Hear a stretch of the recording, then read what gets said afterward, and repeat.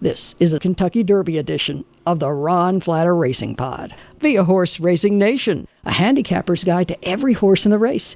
Now, from Louisville, Kentucky, here's Ron Flatter. And here we are for the ninth time. It's the Hardcore Handicappers edition of the Ron Flatter Racing Pod for Kentucky Derby 2026, or 152 if you're counting them by years. And this year, of course, we have the favorite Drew Post won.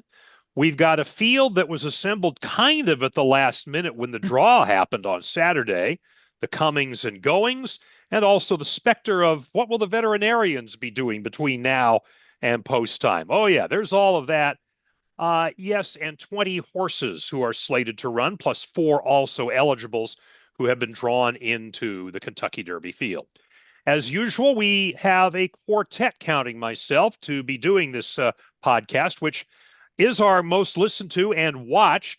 Hopefully you're catching it on YouTube if you're not listening to it on your podcast platform. But this is our most popular episode every year, and so we brought back some popular people. And so let's go ahead and introduce them now for a little bit of an introductory comment about what they're anticipating for this Derby. Let's start out with woman who's with FanDuel TV and has been covering a lot of derbies for a long time and who happens to live here. Well, actually, everybody on this podcast lives in Louisville, right?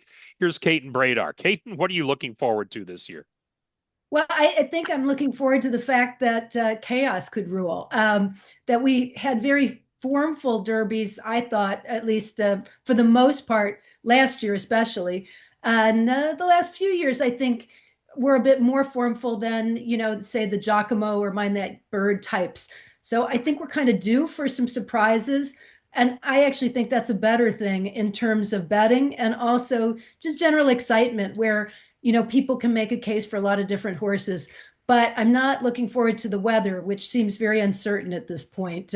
But I'm hoping that could change before it's all said and done. Okay, and I'm usually the weather monitor on here, and usually I'm wrong because I do rely on these long-range forecasts, and inevitably they don't pan out. So I'm happy to pass that baton to you if you'd like to take it. Let's go to the man who brings fair odds to you at HorseRacingNation.com. And of course, he spent a lot of years at the home office of racing. Actually, we consider ourselves the home office of racing, but, Churchill Downs might be able to raise its hand. And a man who's also done a little bit of handicapping with some success in his own right. And here's Ed DeRosa. Ed?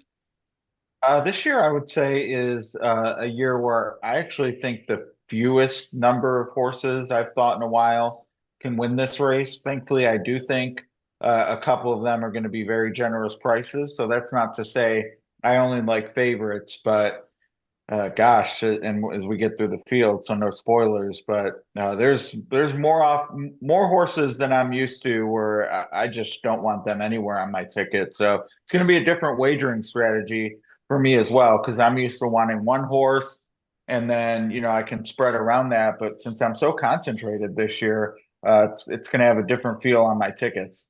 Well, that's a tease. Boy, if you're not staying tuned for that coming attraction, then I don't know what you're here for. You just stumbled on us when you were looking for, I don't know, you were looking for Olivia Dean and you found us. All right, here's the guy who founded Horse Racing Nation. We call him the boss. Sometimes we call him a guy who knows his way around handicapping as well.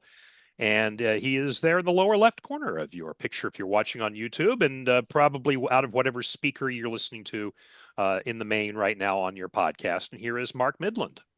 Well, excited to be doing this again, and always have fun, always learn a lot. Excited to have Caton with us, and looking forward to great insights from everybody. And I'm going to agree with Ed. I think this is a top-heavy derby.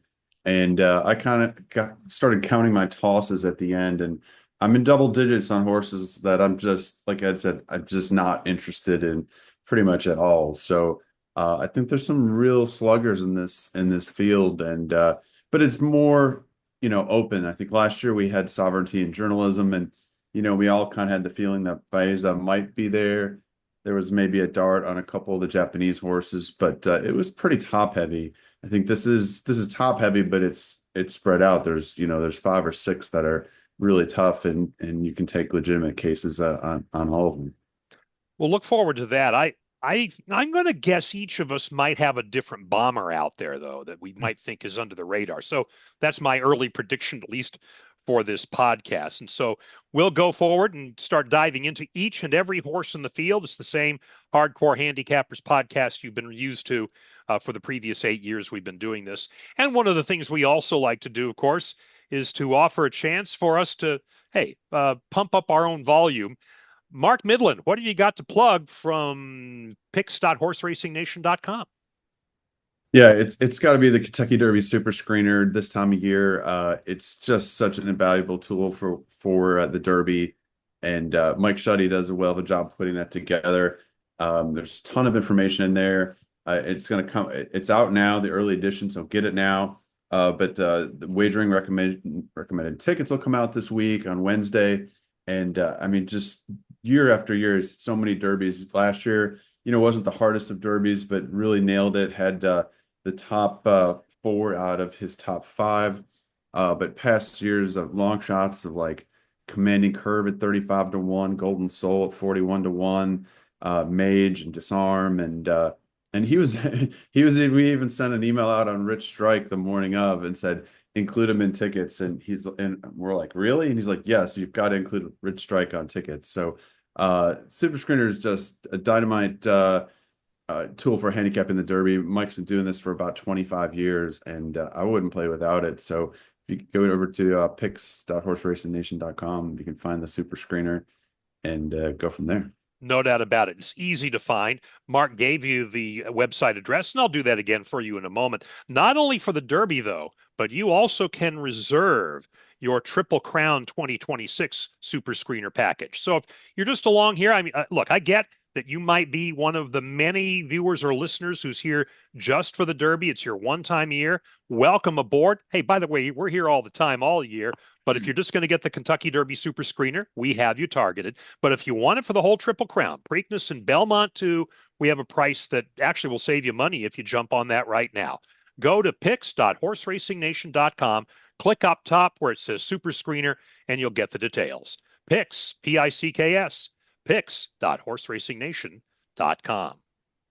This is the Kentucky Derby Hardcore Handicappers pop-up episode of the Ron Flatter Racing Pod. The pod actually is on every Friday here where you get your podcasts. We don't do YouTube all the time, but I don't know. Maybe if I get my arm twisted, we might think about that. But at least for the time being, you're with us right now, where you're enjoying us and where we're going to talk about the horses in the Derby one by one. Let's go ahead and go to the very first one.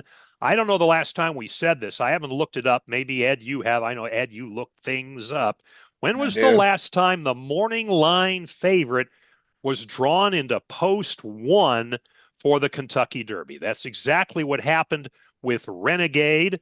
He, of course, is the Into Mischief colt owned by the Lowe's and by Mike Rapoli. Todd Pletcher trains. It'll be Irad Ortiz in the irons. An impressive victory in the Arkansas Derby by 4 lengths to follow up his win in the Sam F. Davis. In fact, he had a second in the Remsen back in December, and so since then, since he came back from that break, he's been right on song for Pletcher and for Irad Ortiz. He is 4-1 on the morning line, and I'll tell you what, Nick Tamero, the new odds maker for the Kentucky Derby, had the challenge of saying, well, did he want to waffle on the favorite being in the 1 hole? We know what a purgatory that can be. Ed DeRosa, what say you? I don't love it, but I didn't love the horse to begin with. So for me, I kind of like that a horse who is going to take money, even with maybe not the most advantageous of posts, drew that post. There are years when, I forget the names of the horses. They weren't memorable, but when a 40-1 no-hoper draws the rail, it doesn't really help you pari-mutually. They weren't going to take money anyway, and the rail kind of further buries them out of sight, out of mind. But Renegade, if you love him, maybe you get 5-1 now instead of 9-2 or 4-1. But I definitely think he's going to be an underlay based on the celebrity. I will say that, and we'll talk about Talent Tactic later, but Talent Tactic has been very consistent. He runs his races, and Renegade sort of blowing the doors off him does to me validate that he ran, better than what we had seen at Oaklawn. I just don't think that better is what we saw is better than the preps we saw at Bluegrass and Florida Derby. So for me, at a short price, I was leaning against anyway, and then the rail was sort of the nail in that coffin for me. And the last morning line favorite to draw the rail was looking at Lucky in 2010. Oh, okay. I was there. Oh, I've got a story about that that's for another podcast. Mark Midland, let me throw the fly in the ointment here, if I may. We know that when Forte was favored to win the Kentucky Derby and was the morning line favorite and owned by Rapoli and trained by Pletcher, he was a race day scratch by the veterinary team in Kentucky. We've seen the Kentucky veterinarians have been very aggressive during Keeneland this year about doing a lot of scratching. Closing day, they had 10 regulatory veterinarian scratches. Makes you hold your breath a little bit. I don't mean to dump this all on you, but, well, I just did, Mark. Well, it kind of makes you wonder, does that now add up why we haven't seen Renegade until today, right? Yeah, we recorded Saturday. Yeah, absolutely. Yeah. There's been some discussion on the backside that's very unlike Todd Pletcher to not be here early for 2.5 weeks with his Derby runners. And, he's coming in at the deadline. And you have to wonder if, you couldn't blame him if Mike Rapoli said, look, don't even bring him there. Don't let the vets see him until, the draw day when you absolutely have to be there. So, it's something to consider. And I think, from a handicapping standpoint, I think, we always say you need to be flexible, but no, you really do need to be flexible because, the year that Mage won, if Forte was in the race, maybe Mage doesn't win. And maybe you liked Forte, but then you forgot about Mage. And so, that's something that you want to, I think this year, if you're looking at the Florida Derby horses, for instance, and something happens and, one or two of them drop, if you like the others, I think you got to consider, all three of them. So it's a definite factor. Caton, yeah, the Florida Derby has produced more Kentucky Derby winners than any other prep for this race. So you could look at history and say you're on pretty solid footing. What do you say?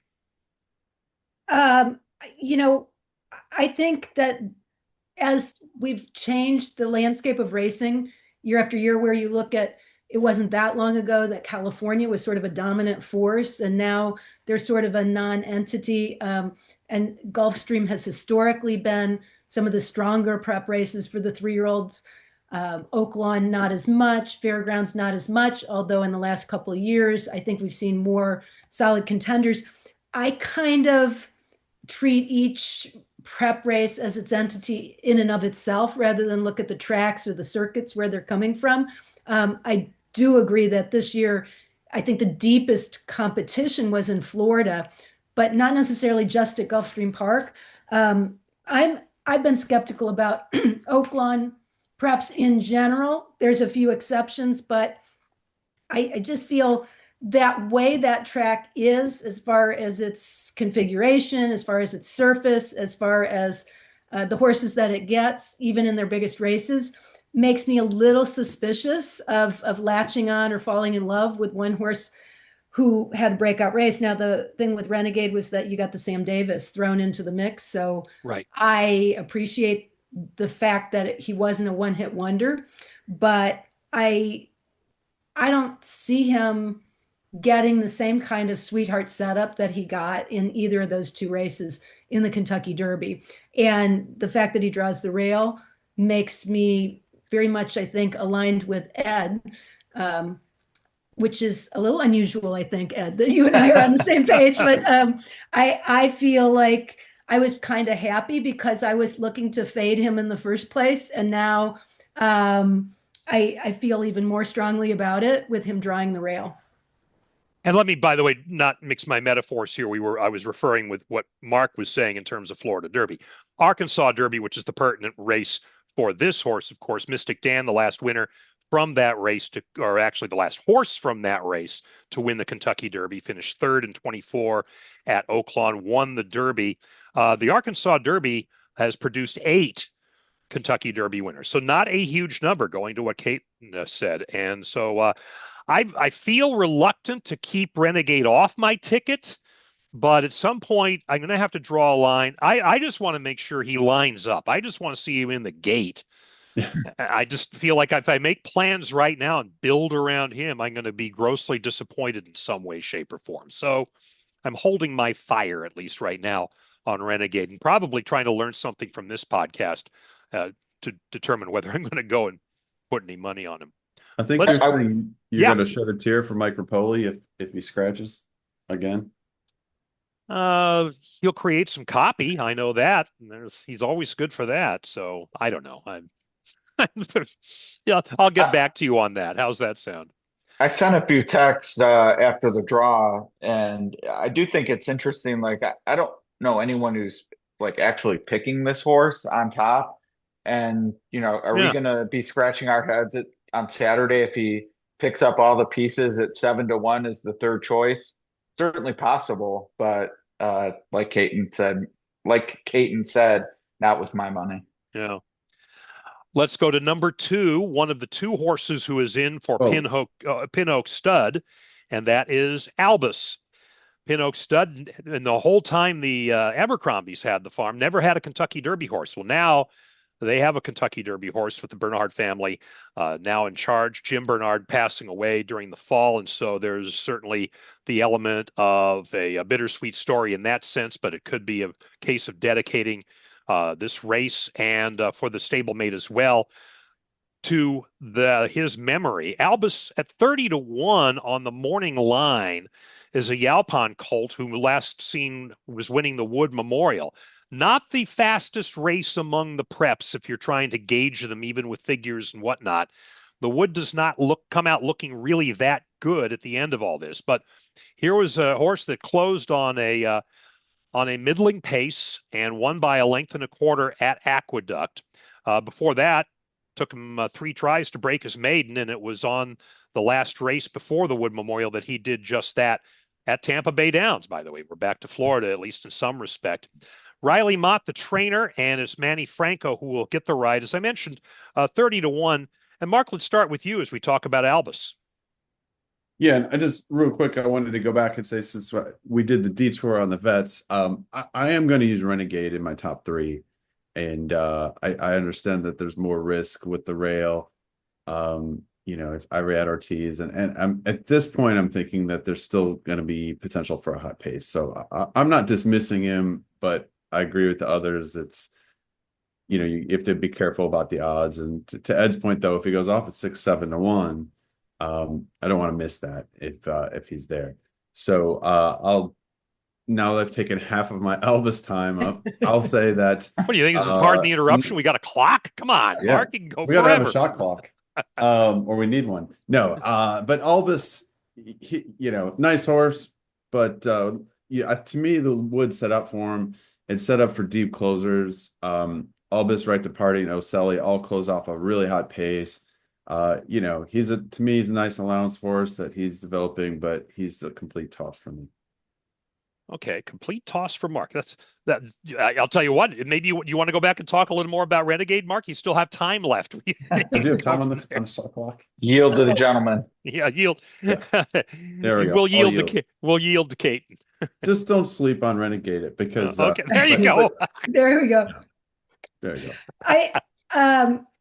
Albus is kind of, I have to say, I actually selected him in a handicapping contest that I do on radio show where Cool. I picked him because I didn't like anybody else in the race. And, I thought at least there was some upside with him coming off a victory and maybe he had turned the corner, and he did, and he was a wonderful price.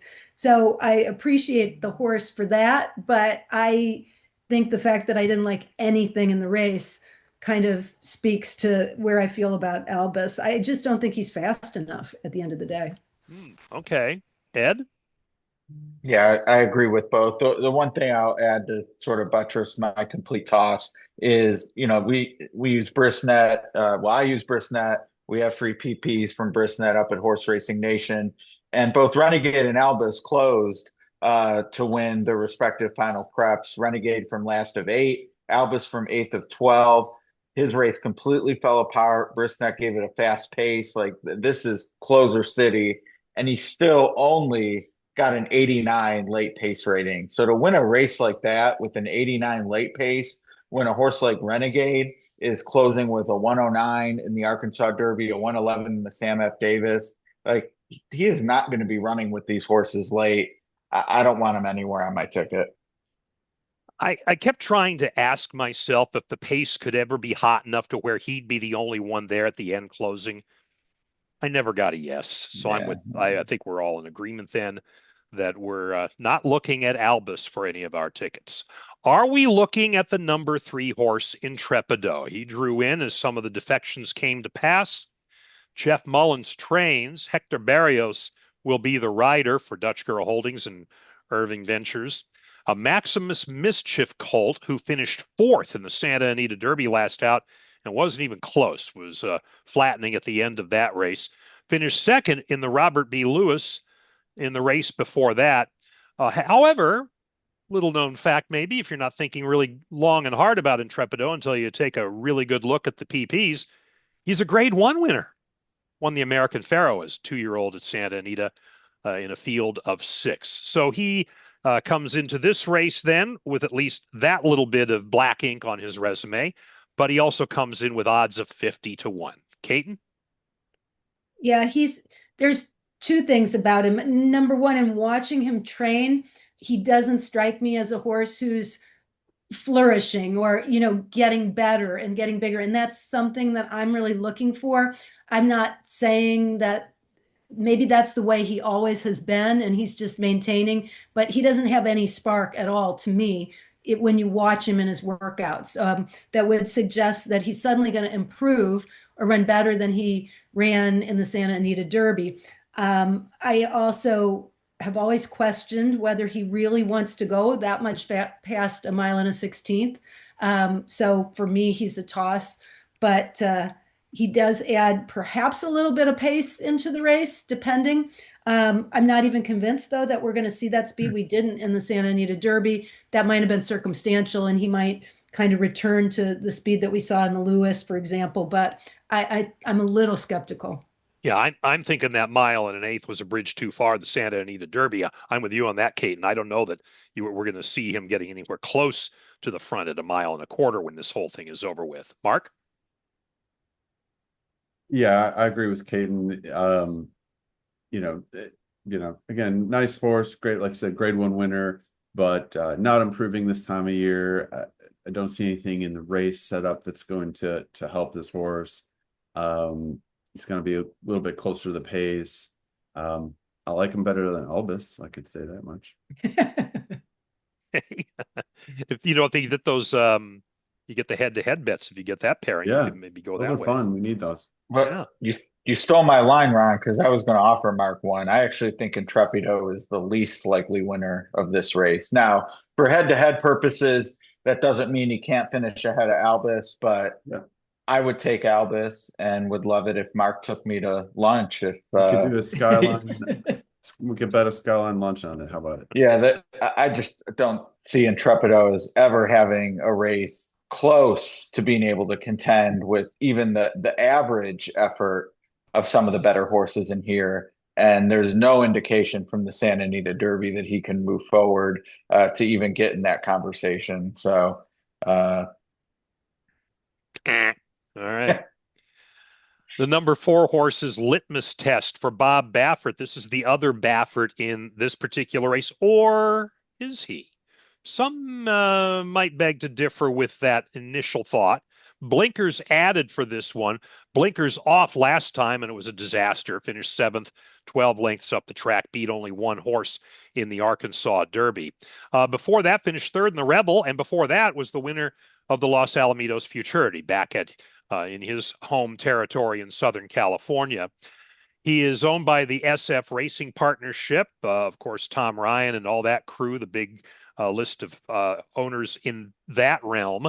Nyquist is the daddy, and the jockey is Martin Garcia, and Litmus Test is 30-1 on the morning line, Mark. Yeah, same kind of thing. I mean, this is a better horse, but I just don't see him improving in this spot. You know, he's going to have speed in front of him. He's going to have speed alongside him, and he's going to have, you know, monster closers behind him. And couldn't really work it out at Arkansas. I mean, honestly, maybe one of his better races that I like the best is the Breeders' Cup Juvenile, where he sat in fourth, didn't have the biggest pace, and he kind of followed through in the lane. I would be a little more interested and maybe someone's heard that if they plan to take this horse off the pace a little bit, but you know, given Baffert's style and his success in the Derby, not really see that happening. Yeah, with blinkers on. You know, and he still has. What's that? With blinkers on. Yeah, I don't see that happening. Yeah, so yeah, right. Okay, Okay, scratch that. So, I'm not really interested in this horse at all. Ed.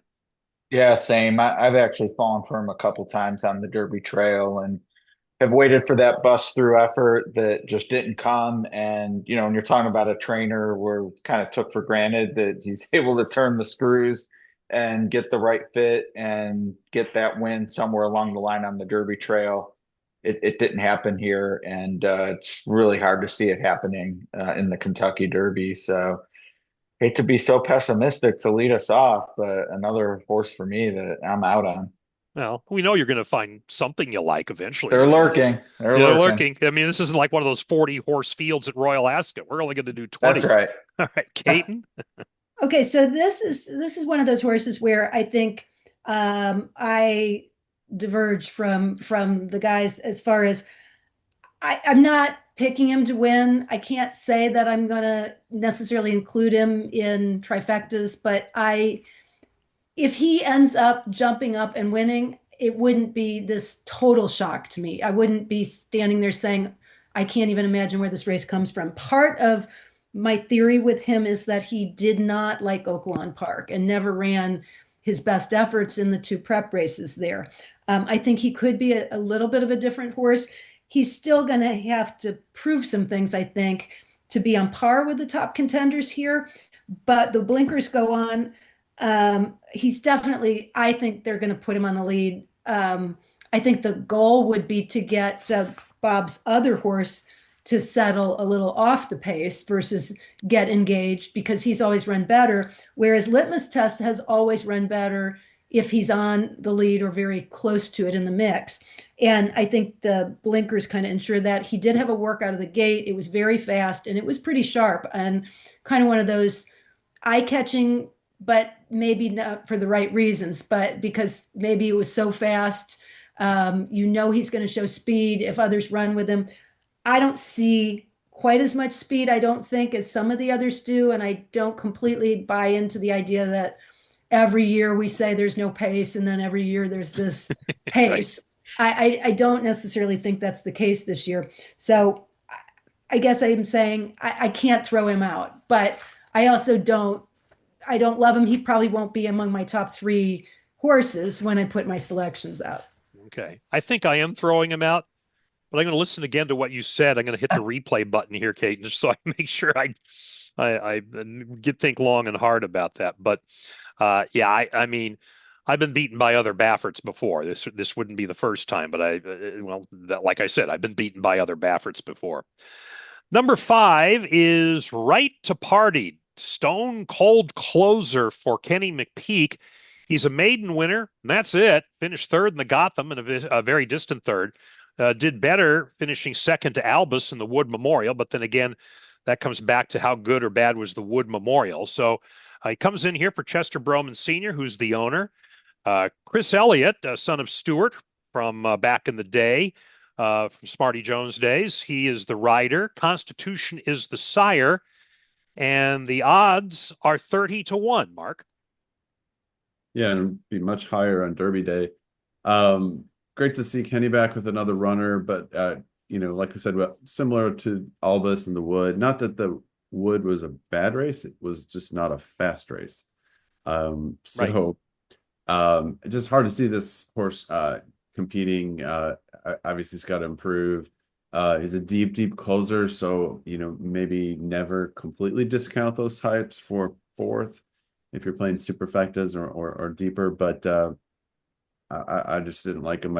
You know, he's improving too late and he's not fast enough, and he got the setup last time. So I think we saw, what we saw was dressed up. So I'm not expecting for improvement. Yeah, I mean, I feel the same way. If you don't like Albus, why would you like Right to Party, right? I mean, no. Well, let's find out. Caton, what do you think?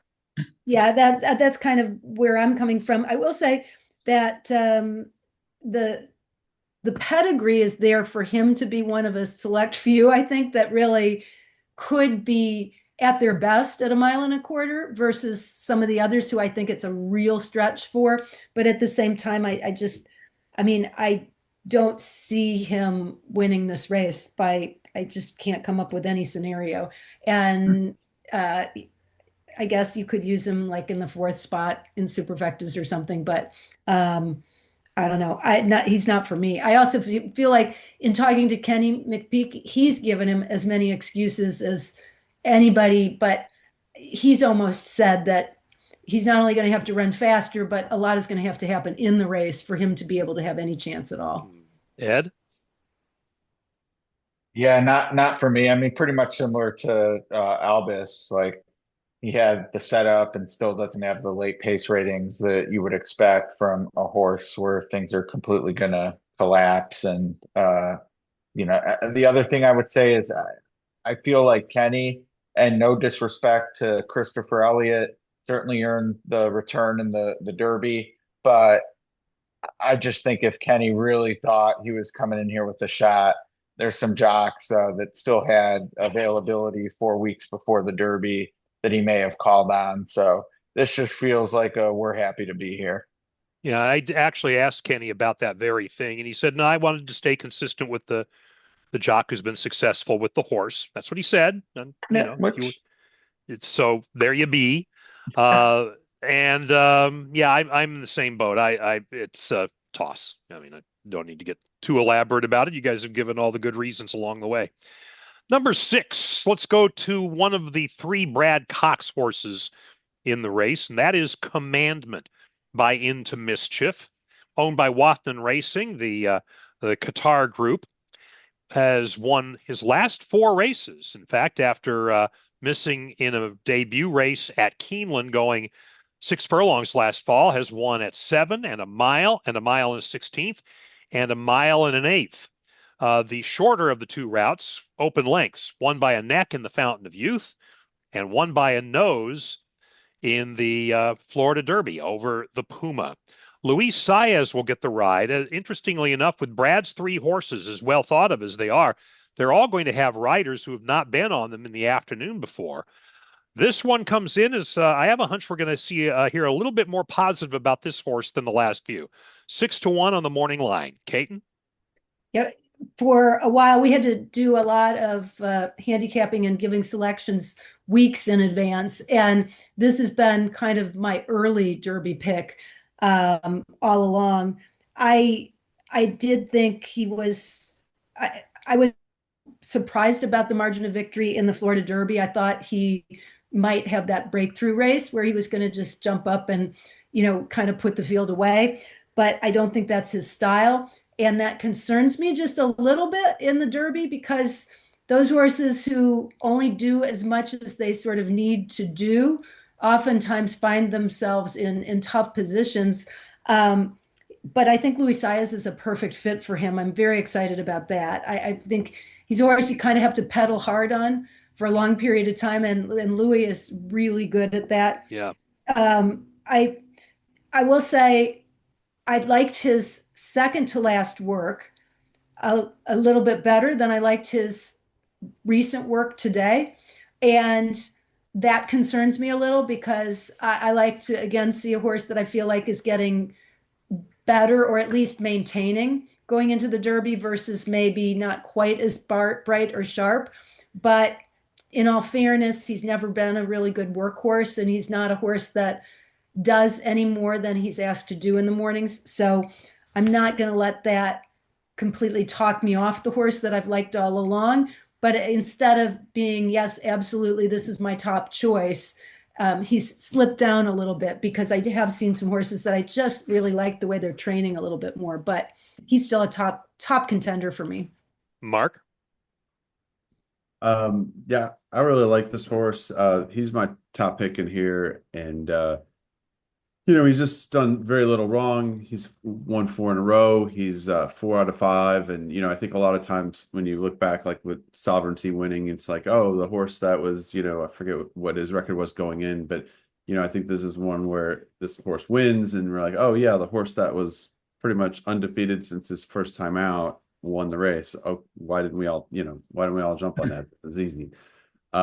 He's beaten good fields. I think the horse is in Florida, as we've seen the Puma winning, at Tampa and beating, different fields. And, that was a quality field all the way through.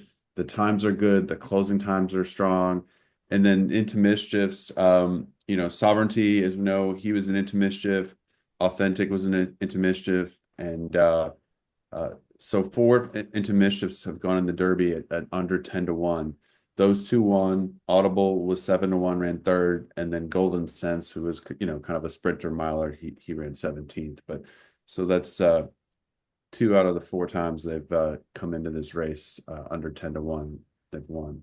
And Renegade is an into mischief as well. So but I just think there's a lot to like here, and he's also a little closer to the pace, a little more tactical than Renegade. So and like Caton said, I mean, Louis is a good rider, and can get him in a good spot, and maybe he's 10th where Renegade might have to be 15th, and maybe that helps him. Ed? Those are the virtues, and hard to disagree. I will say I've gotten a little bit of a Angel of Empire vibe for this one. A fine horse, took money in the Derby, ran a good, I think 4th it was. And I just third, thank you. Just kind of getting that feeling here. On one hand, you could say he's winning, and he's had to go between horses and show some grit in doing so. On the other hand, that's a lot tougher in the Kentucky Derby field than it is, against 5 others in the Florida Derby. Fountain of Youth was a little deeper, but I just worry about the price. Sort of a similar idea to me than Renegade. And I think the Florida Derby, and partly my doing, I've certainly talked it up as sort of the most key of the prep races, and understandably so with the Puma and Chief Wallabee. But when you win a race like that, the money follows. So definitely not going to let him beat me out of tickets once we get to my long shot. You'll hear who that is, but not enamored to sort of use this with the other logicals. So I'm tepid, but not a top 3 selection for me. There are a few minimums if you use a prism of history that tell us these are likely Kentucky Derby winners. Most winners in the last quarter century or more have had a best Beyer speed figure of at least 95, a best Brisnet speed rating of at least 100. And from the Jenny Reese final fractions theory, in the final prep race, had a final furlong of 13 seconds or better, or a final 3 furlongs of 38 seconds or better. So you have those 4 criteria. The first horse that we can say in the ones we've mentioned so far who meets them all is Commandment. You're saying, wait a minute, Ron, sometimes known as Mon. Renegade? No, Renegade's best Brisnet rating is 97. So Commandment is the first one who checks all those boxes. And I'll see if I can remember to bring you the other ones as we go forward here. Let's go to Japan to talk about Danon Bourbon. This is the first of the 3 internationals who qualified through the means that are available for them into the Kentucky Derby. Manabu Izukoe is the trainer. The Ikazoe family is a renowned family in Japan. Brian Hernandez Jr. will get the ride here. And this is an undefeated horse. Hello, by Maxfield, was bred in Kentucky, 3 for 3, open lengths wins in 3 races, including the Fukuryu. I was telling you about those prisms and all those parameters and what you need to do to win the Kentucky Derby, finishing strong being one of them. This horse has the fastest final 3 furlong time of any of the preps coming in here, of the final preps. And I grant you, yeah, different surfaces, we don't even account for that here, but that's a fact we can state. And so Danon Bourbon comes into this race with those little things that you can talk about with him. And so I think I gave you the wrong jock. Yeah, I did. Brian Hernandez is not on this one. It is Atsuya Nishimura who will be doing the riding of Danon Bourbon and showing on the morning line at 20-1. Ed? I've heard some really good things from people who watch replays more than I do. Just look at, the physical capability of horses and running those races, and then certainly on the track now that he's been in Kentucky and been seeing it Churchill Downs.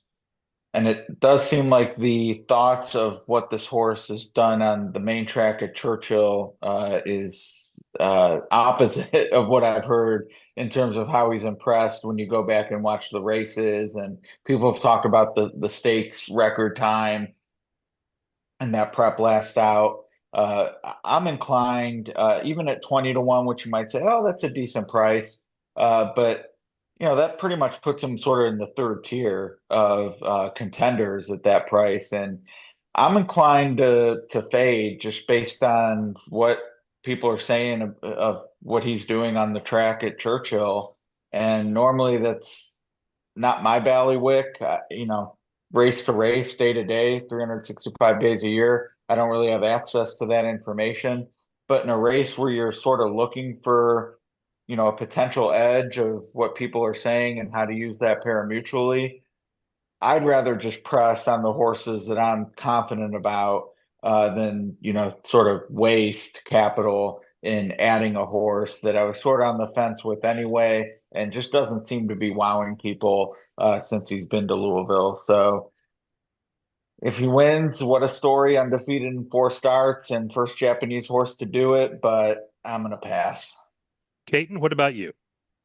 Well, it's interesting because he has a very North American U.S. pedigree, kind of a classic dirt horse with the stamina influence. And like Ed, I had heard a lot of very positive things about him. It seems as if in Japan, he's regarded as their best chance. But when I saw him this morning, he bolted twice really badly and was very reluctant to train forward on the backstretch.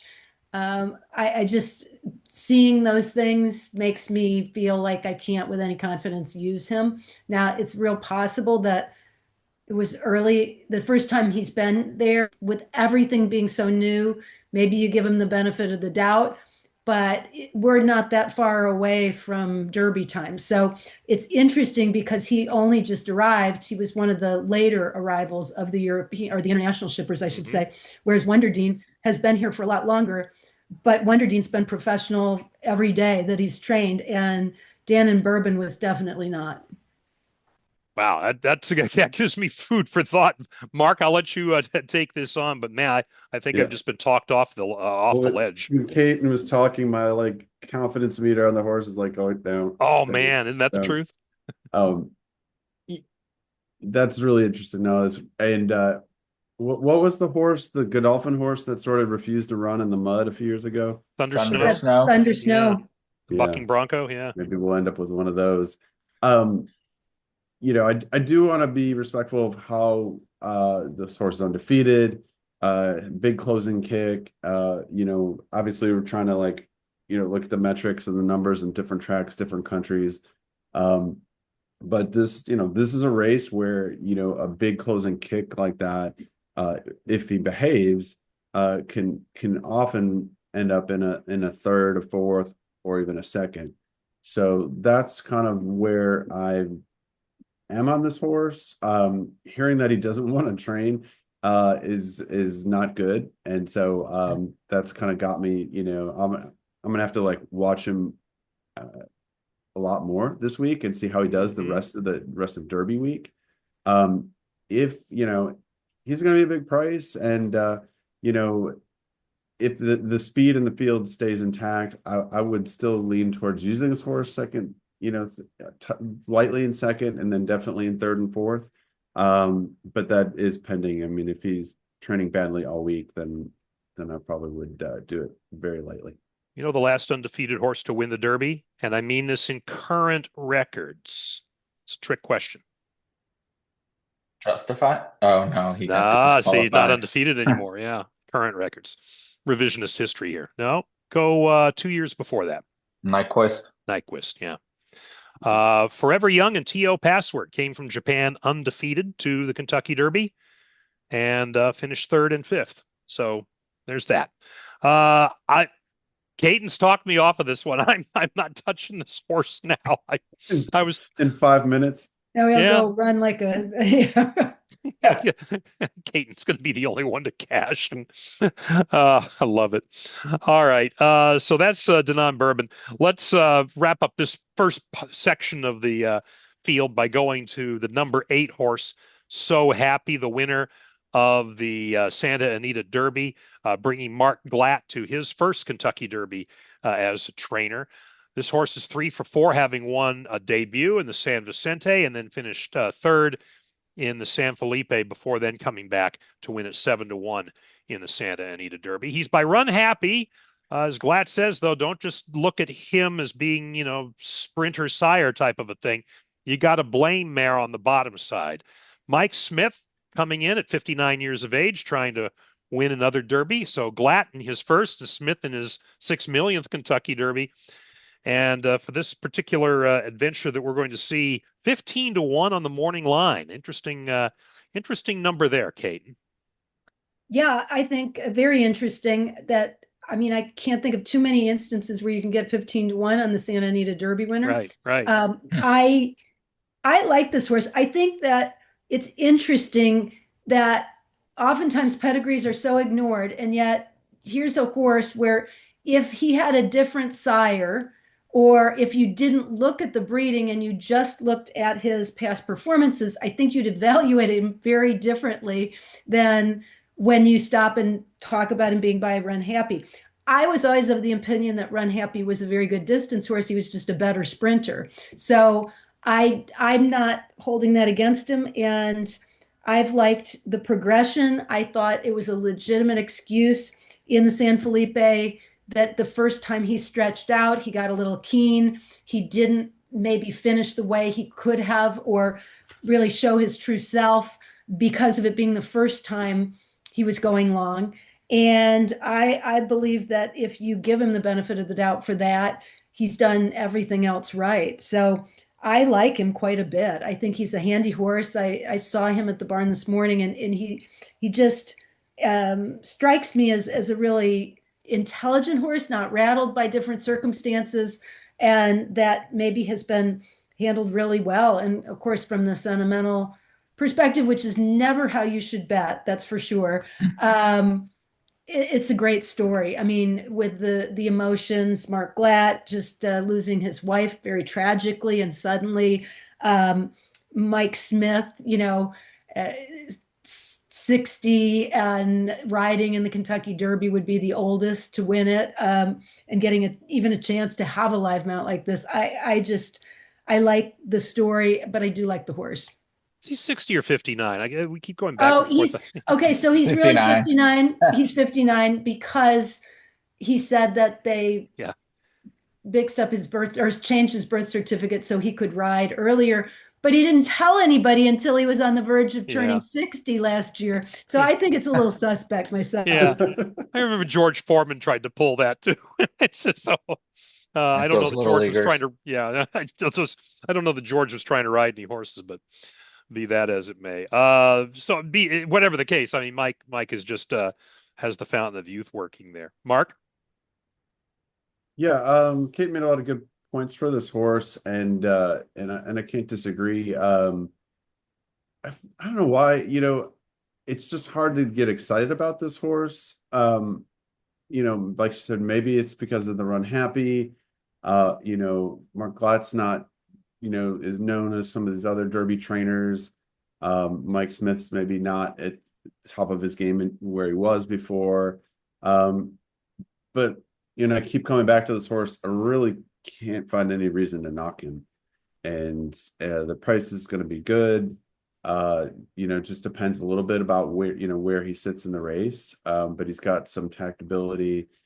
He's also got some speed, and so I'm going to use him. And I don't know, I'll probably have to warm up to him on the win spot a little bit, but I can't see a reason to toss this horse. So he's in my top group, and I'm just trying to figure out what to do with him. I'm probably most confused about this horse.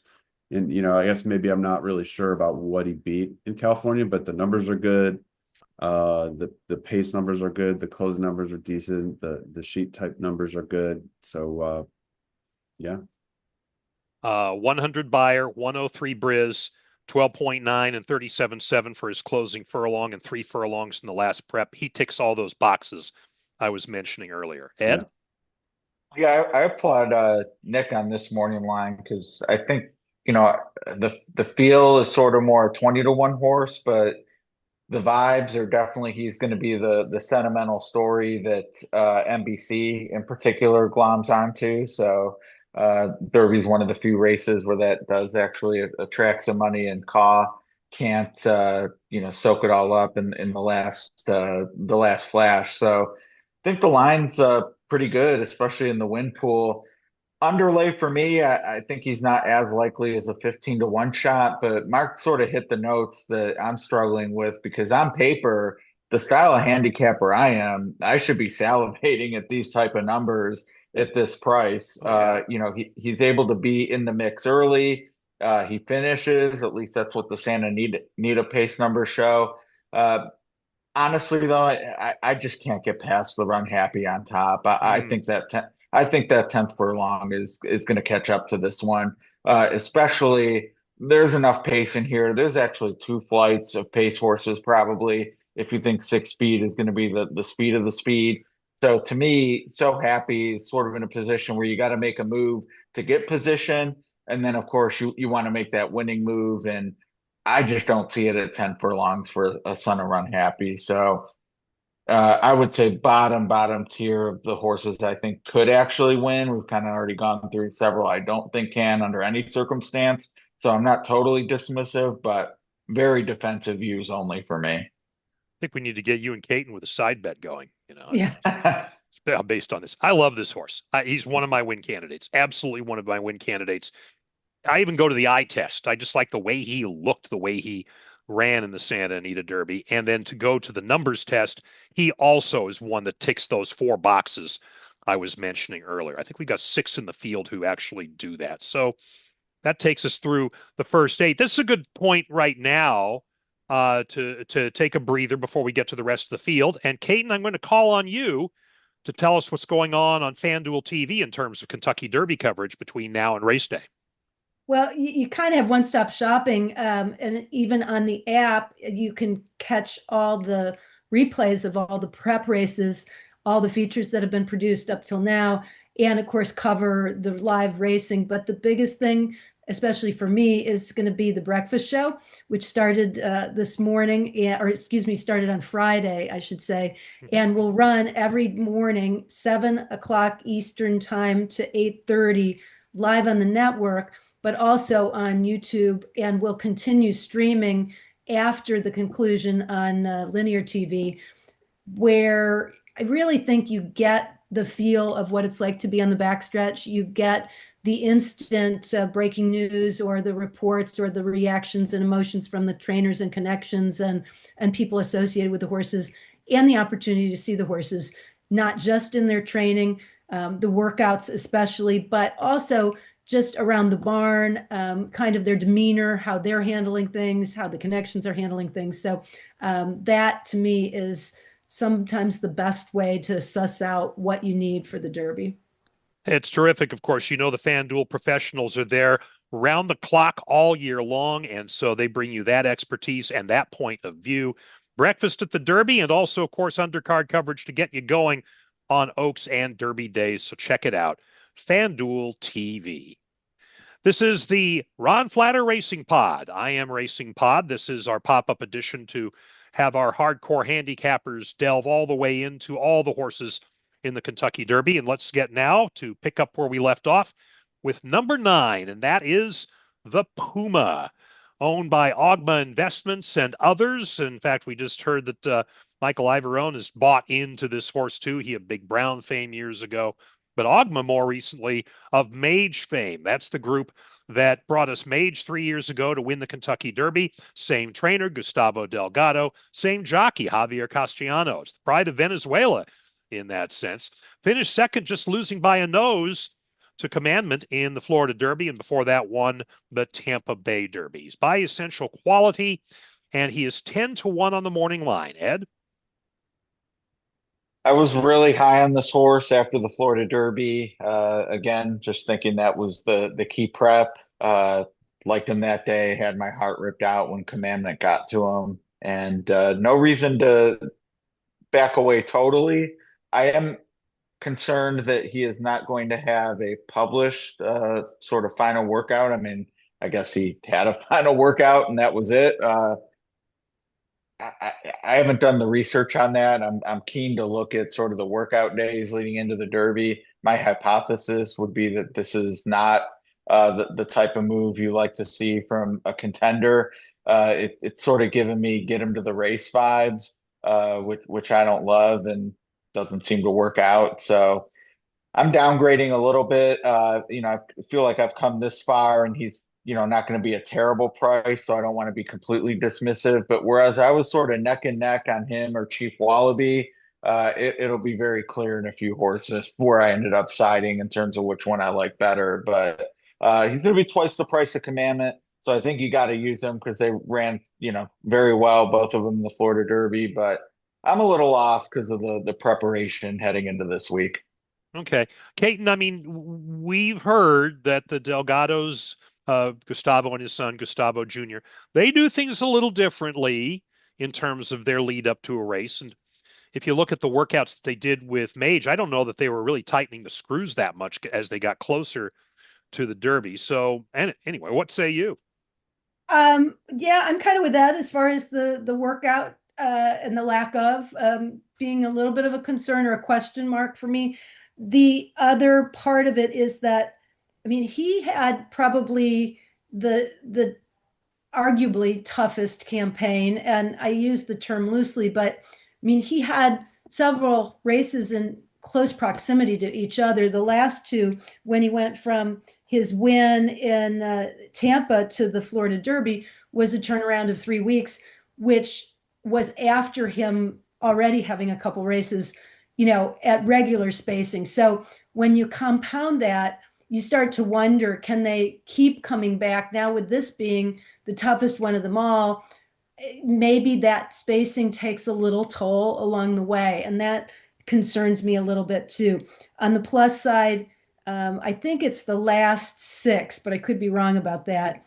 Derby winners came in off of defeats versus wins. So maybe that heartbreaker would turn out to be a benefit when all is said and done, as far as where he finishes in otherwise. I mean, it's hard not to like him in general, just because he's been very consistent. He has run a good race every single time he's gone out there. And he's a horse that they were talking about very early on as being another Mage, another Derby horse. And so far, he really hasn't given you any reason to back off of that opinion. So I'm lukewarm on him, but I do think he has to be respected. All right. By the way, those 4 boxes with the Briz and the Buyer and the final fractions and the other final fractions checks all of them. Mage, the Puma does that. I mentioned Mage. Mark, 3 years ago, you were big on Mage before the Florida Derby. Kind of backed off. If you're watching on YouTube, if you're not watching on YouTube, Mark has just donned a Mage hat. But you did. You were really high on Mage before the Florida Derby, not so much after. I think you included him. 15-1 wins the Derby. This feels like that. What do you think on the Puma? And he's in the Mage's stall, right? Exact same stall. Yeah. Mm-hmm. Barn 42.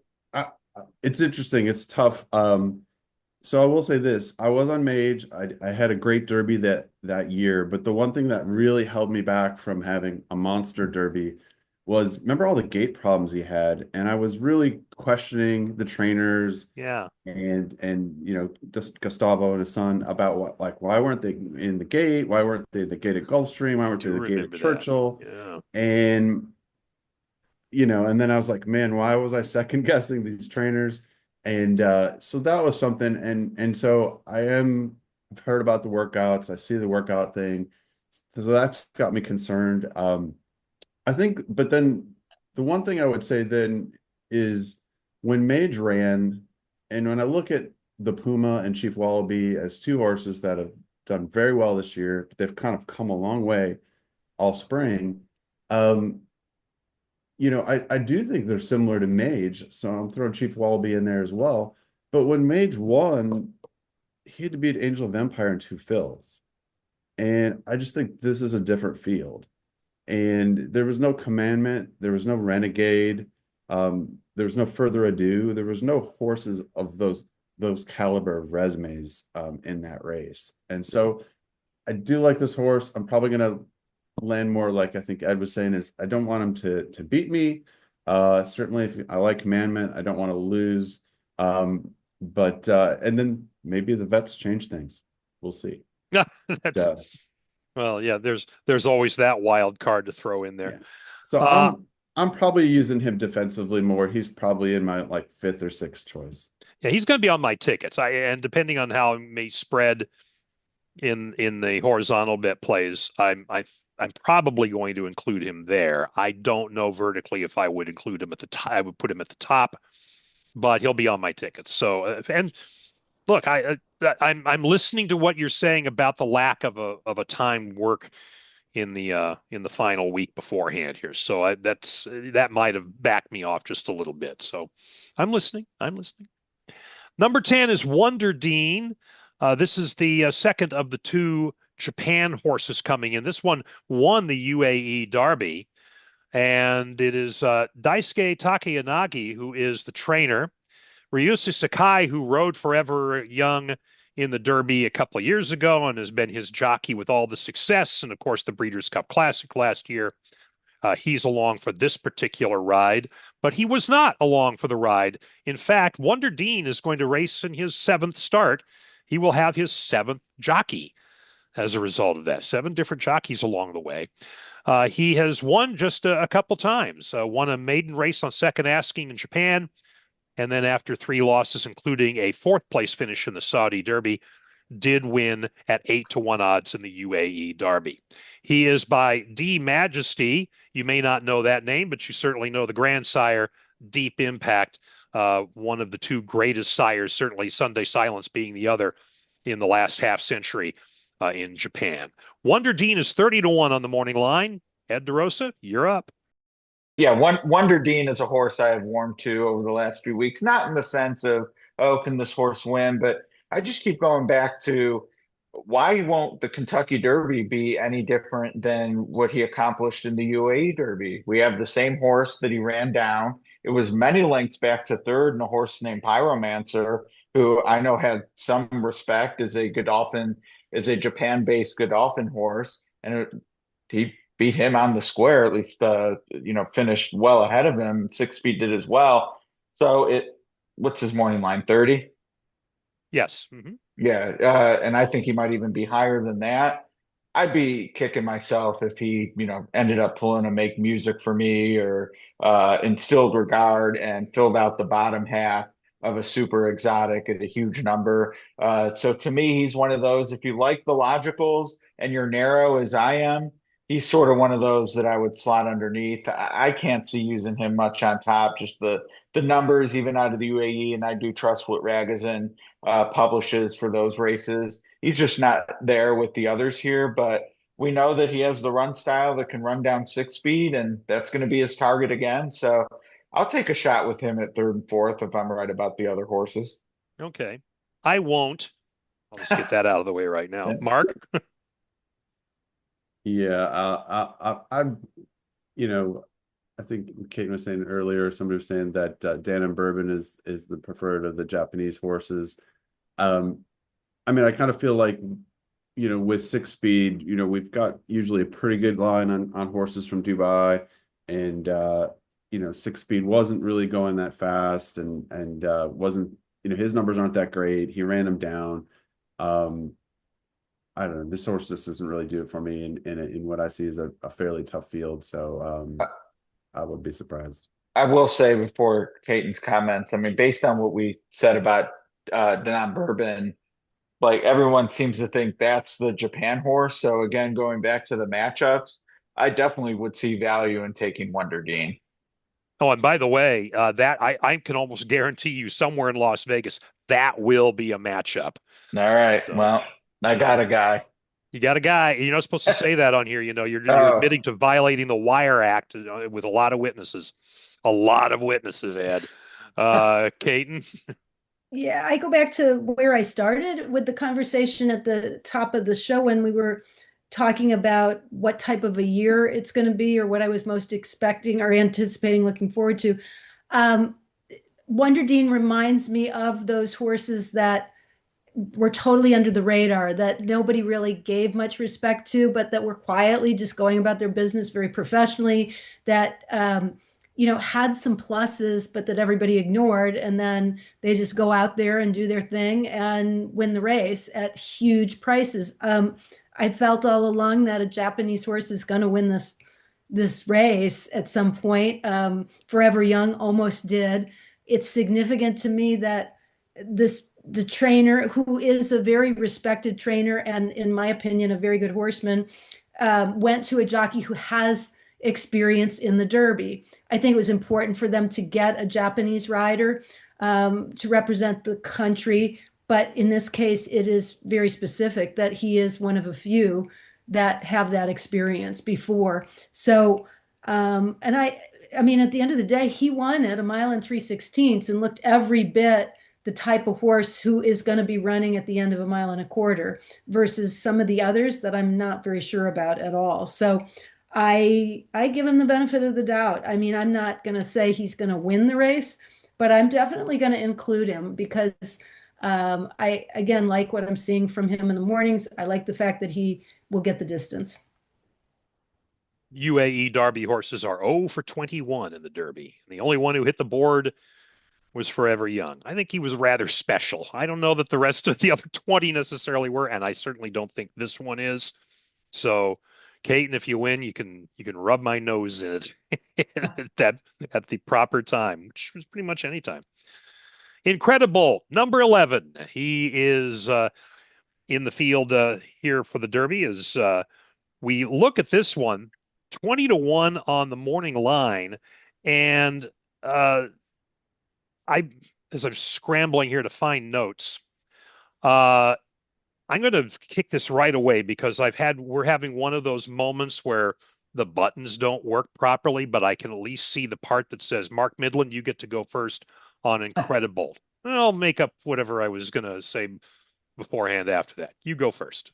All right. Yeah, I like this horse a little bit more for third and fourth. But usually for third and fourth, I'm looking for, deep closers, or closers that, can really kick it in at the end. I think, he won the Street Sense at Churchill. So he's got 2 wins at Churchill, also coming off the pace. And, so he had the 2-year-old foundation. The Holy Bull didn't really work out. And so, talked to Riley Mott this morning a little bit about it. And, I think they kind of went to the Virginia Derby because they needed the points. And, he kind of rolled in that race. And, I just think he's a step below the better ones here. I think that's no surprise. But, if some of the logical horses run 1, 2, I think you want to have this horse in third and you're going to have a nice trifecta. Thankfully, the smoke has appeared now on the screen and it's not burning it up. As mentioned, Riley Mott, the trainer. Jaime Torres will be the rider. Of course, he was a winner of the Preakness for D. Wayne Lucas a few years ago. Bolt d'Oro, the sire, and as mentioned, the Virginia Derby, the 4-length win. Then a 7-week break. By the way, just for the house, there's only been one time in the recent recorded history, and by recent, like almost 100 years, that a Kentucky Derby winner has done so off a 7-week break. Do you know who that was? A winner off a 7-week break? It's a bit of a an anomaly. That should be the clue. Authentic. Yep. COVID year. So in non-COVID years, this is kind of unheard of. Caton, what do you think about this? I mean, seven-week train up for this horse. It probably doesn't concern me as much as just in general that he ran so poorly in the Holy Bowl. I get that there were other excuses, but at the same time, I just felt like a good horse is not going to run that bad.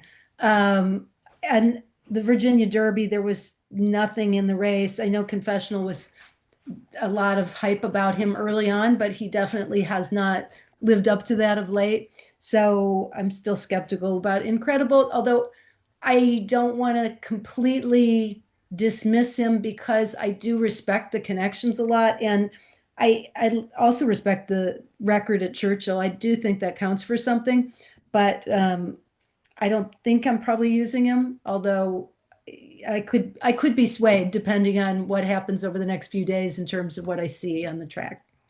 Also, the Pin Oak stud folks who are involved here, the Bernhards. And I would say of the two between Albus and Incredible, Ed, you got to think Incredible's the better chance of the two, right? Yeah, I don't like Incredible much, and part of that is the 7 weeks. I'm in a bridge too far category, and I actually looked that up. You already mentioned Authentic. The only other horse in the points era to win off more than 5 weeks, so 36 days and beyond, is Mandaloon, and he did not cross the wire first. So I just think these long layoffs, I mean, as much as we sort of see the prep season stretched out and the grade one 3 weeks out is now extinct, although Oaklawn might bring it back. There's rumors of the Arkansas Derby moving back up. It just seems like that 4 or 5, sure, even 6 weeks maybe works out, but 7, and then the one turn mile and an eighth, and then the one race where I really look at the company lines and say he faced, Derby level grade one type competition, was at the Holy Bull at Gulfstream, and he laid a complete egg. So I was surprised to see 20 to 1. I think I mean, if he's that price, that's a huge underlay, but even at 40 or 50 to 1, I'm out. Yeah, and I would be too. I will mention this too in terms of those heartstrings angles that the public might attach itself to. Not only do you have the Bernhardts here, but of course, Riley Mott, just a little more than a year ago, they lost their 2-year-old daughter to cancer. And so that's a part of this story as well, which is going to get some play. And so if there's a story, if there's a rooting interest just from that standpoint, this horse or Albus certainly would be that. And we could even tie in the next horse that we're going to talk about because Grandpa's involved here, and the winner of the Derby last year with Sovereignty, Hall of Fame trainer Bill Mott has Chief Wallabee drawn into the race. Didn't initially have the points to get in, but with the inevitable attrition, it was pretty well thought that he was going to make it into the field. And sure enough, he has done just that. Chief Wallabee coming in off of a third place finish, though, in the Florida Derby. Not a distant third at all because it was a blanket finish between Commandment, the Puma, and Chief Wallabee, just a half length behind. Was pretty steadily stalking throughout that entire race. Before that, a neck loss in the Fountain of Youth, and before that, a maiden win on debut. So it's just run the 3 times. Junior Alvarado will be in the irons. Blinkers back on for the first time for this one. Is run with blinkers off up until this point by constitution, and is a very well respected, kind of a buzz horse at 8 to 1 on the morning line, Ed. He is, I've been saving the stat just for this horse, and I'll preface it by saying I do like him, so this isn't a reason I'm against, but he's the shortest price of the ones this applies to. In the points era, so that goes back to Orb in 2013, horses who were never favored before the Derby are 2 for 40, and the two were Rich Strike and Mage. And the average finish position of those horses is 9.8, which is 2 spots lower than either always favored or sometimes favored. So to me, there is some signal when the wagering public never thought a horse was the most likely winner in its race. Now, all that said, it's been close. He was 5-2. He was 11-5 last out in the Florida Derby, 5-2 in that career debut that he won. And to me, this just seems a horse going in the right direction, lightly raced. 10 years ago, I never ever would have picked a horse like this. I'm still licking my wounds from Justify, let alone Mage. I'm reading the tea leaves that this is a really good horse. And from a poker playing standpoint, Bill Mott is having sort of the same demeanor that so many people mentioned he had with Sovereignty going into the Derby last year. And it turned me on to Sovereignty actually a little more than I probably was going into Derby week. Not enough, unfortunately, to talk me off journalism from the top selection standpoint. But the chatter about Bill's disposition seemed to be accurate. And we're sort of seeing that again here. So he's not going to be favored again, but that's fine with me because I actually think we're getting a square price on a horse who's been there every time. And, I didn't mention the blinkers. Maybe Caton or Mark will touch on that. That's typically not a good Derby angle either. But again, at 8 or 10-1 on this horse, I just think you're getting too good of an animal at that price not to not use him. I haven't picked third. Okay, it's interesting. How do you attack it when a horse has never been favored? Sometimes you look at it and say, okay, you're going to get a price. Other times you say, well, there's a reason for that. Right. What do you think, Mark? I mean, I really like this horse. I've been trying to make a case for him being my top pick, but the more I looked at it and the records of Commandment and Renegade, I just couldn't do that. But like Ed said, I mean, there's a lot of positives with this horse. And the one thing I, watched the Florida Derby replay a few times. It's he was kind of in between horses at the end. I'm not sure how much room he really had. Could he finish a little stronger, perhaps? I don't mind the blinkers. Obviously Mott knows what he's doing. And potentially getting sped up a little bit in this field could help. I mean, ultimately, I think, this is kind of like with him and So Happy, I just kind of feel like how much pace is there? Do you really want to be, 4 lengths, 5 lengths off a lead if it's a fast pace? And are you just going to get run down by the closers? And if that fast pace doesn't develop, I think a horse like Chief Wallabee and So Happy are going to be in a really nice spot. And so I think he's definitely got a good chance. I mean, he's like my 3rd or 4th pick, basically. Those 4 check marks. Yep. Beyer, Brisnet, last furlong, last 3 furlongs. Yeah. He has all of those checked too, Caton. Yeah, I mean, I like him a lot for all the reasons everyone has mentioned. What's interesting to me is that in the beginning, especially after his maiden breaking win and going into the Fountain of Youth, I was very skeptical about whether he's a horse who really wants to go very far. He kind of just struck me as a horse that was maybe a miler type. And yet, I mean, he ran so well in the Fountain of Youth, and then he comes back and runs equally well in the Florida Derby with horses that I respect a lot. It's hard to not kind of get on the bandwagon.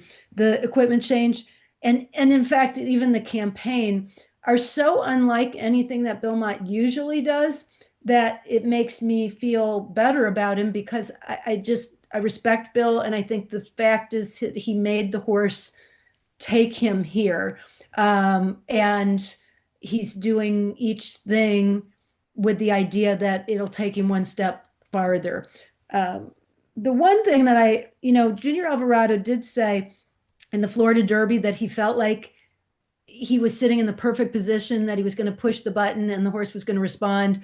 And then he didn't. He kind of stalled or stayed there for a bit before he kind of ran on.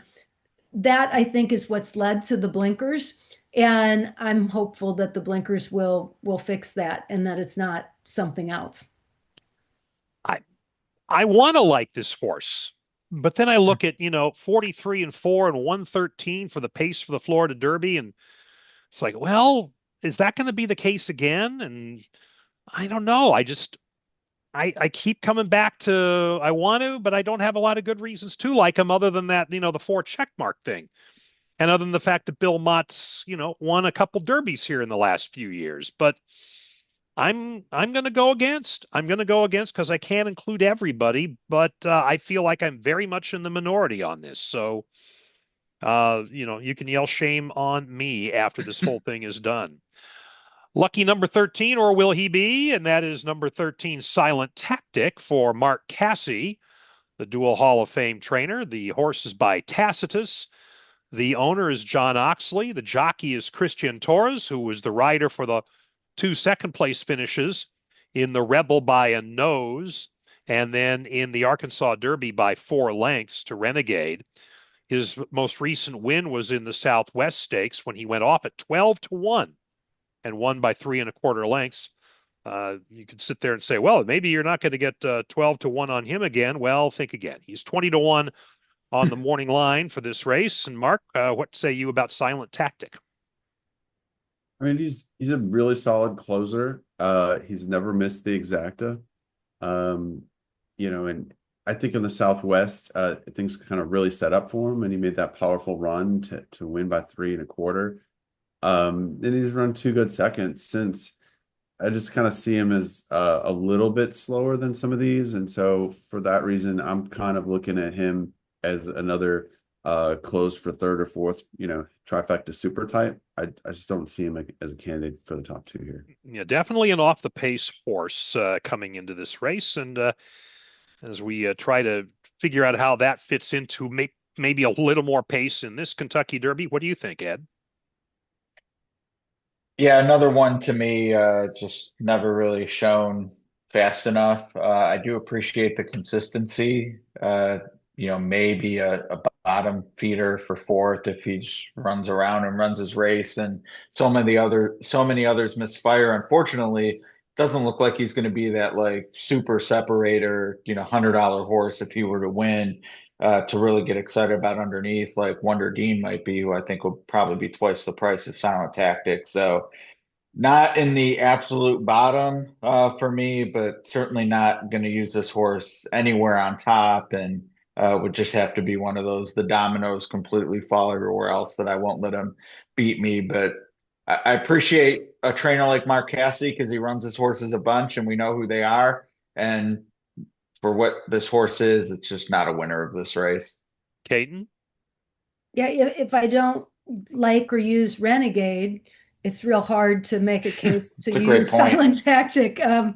He's just not a horse I'm going to use. I do respect the consistency, and if he beats me, he beats me. But he's one of a lot of them that are going to be running late, and I just prefer a few others.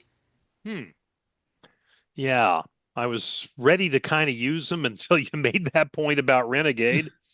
Caton, I swear to God, you're going to rescue me from blowing a lot of money here. I might actually, be able to afford a bowl of soup at the end of all of this. Or curse you. No, I'm going for the bowl of soup. All right, let's go to number 14 for Bob Baffert, and that is Potente. And he comes in for Speedway Stables, an Into Mischief colt who finished 2nd in the Santa Anita Derby. Before that was a winner by a head in the San Felipe, in addition to his debut win. So this will be his 4th start. Juan Hernandez will be in the irons, and he comes in at 20-1. So, you got a couple long shots for Baffert in this race. He comes in very quietly into this Kentucky Derby.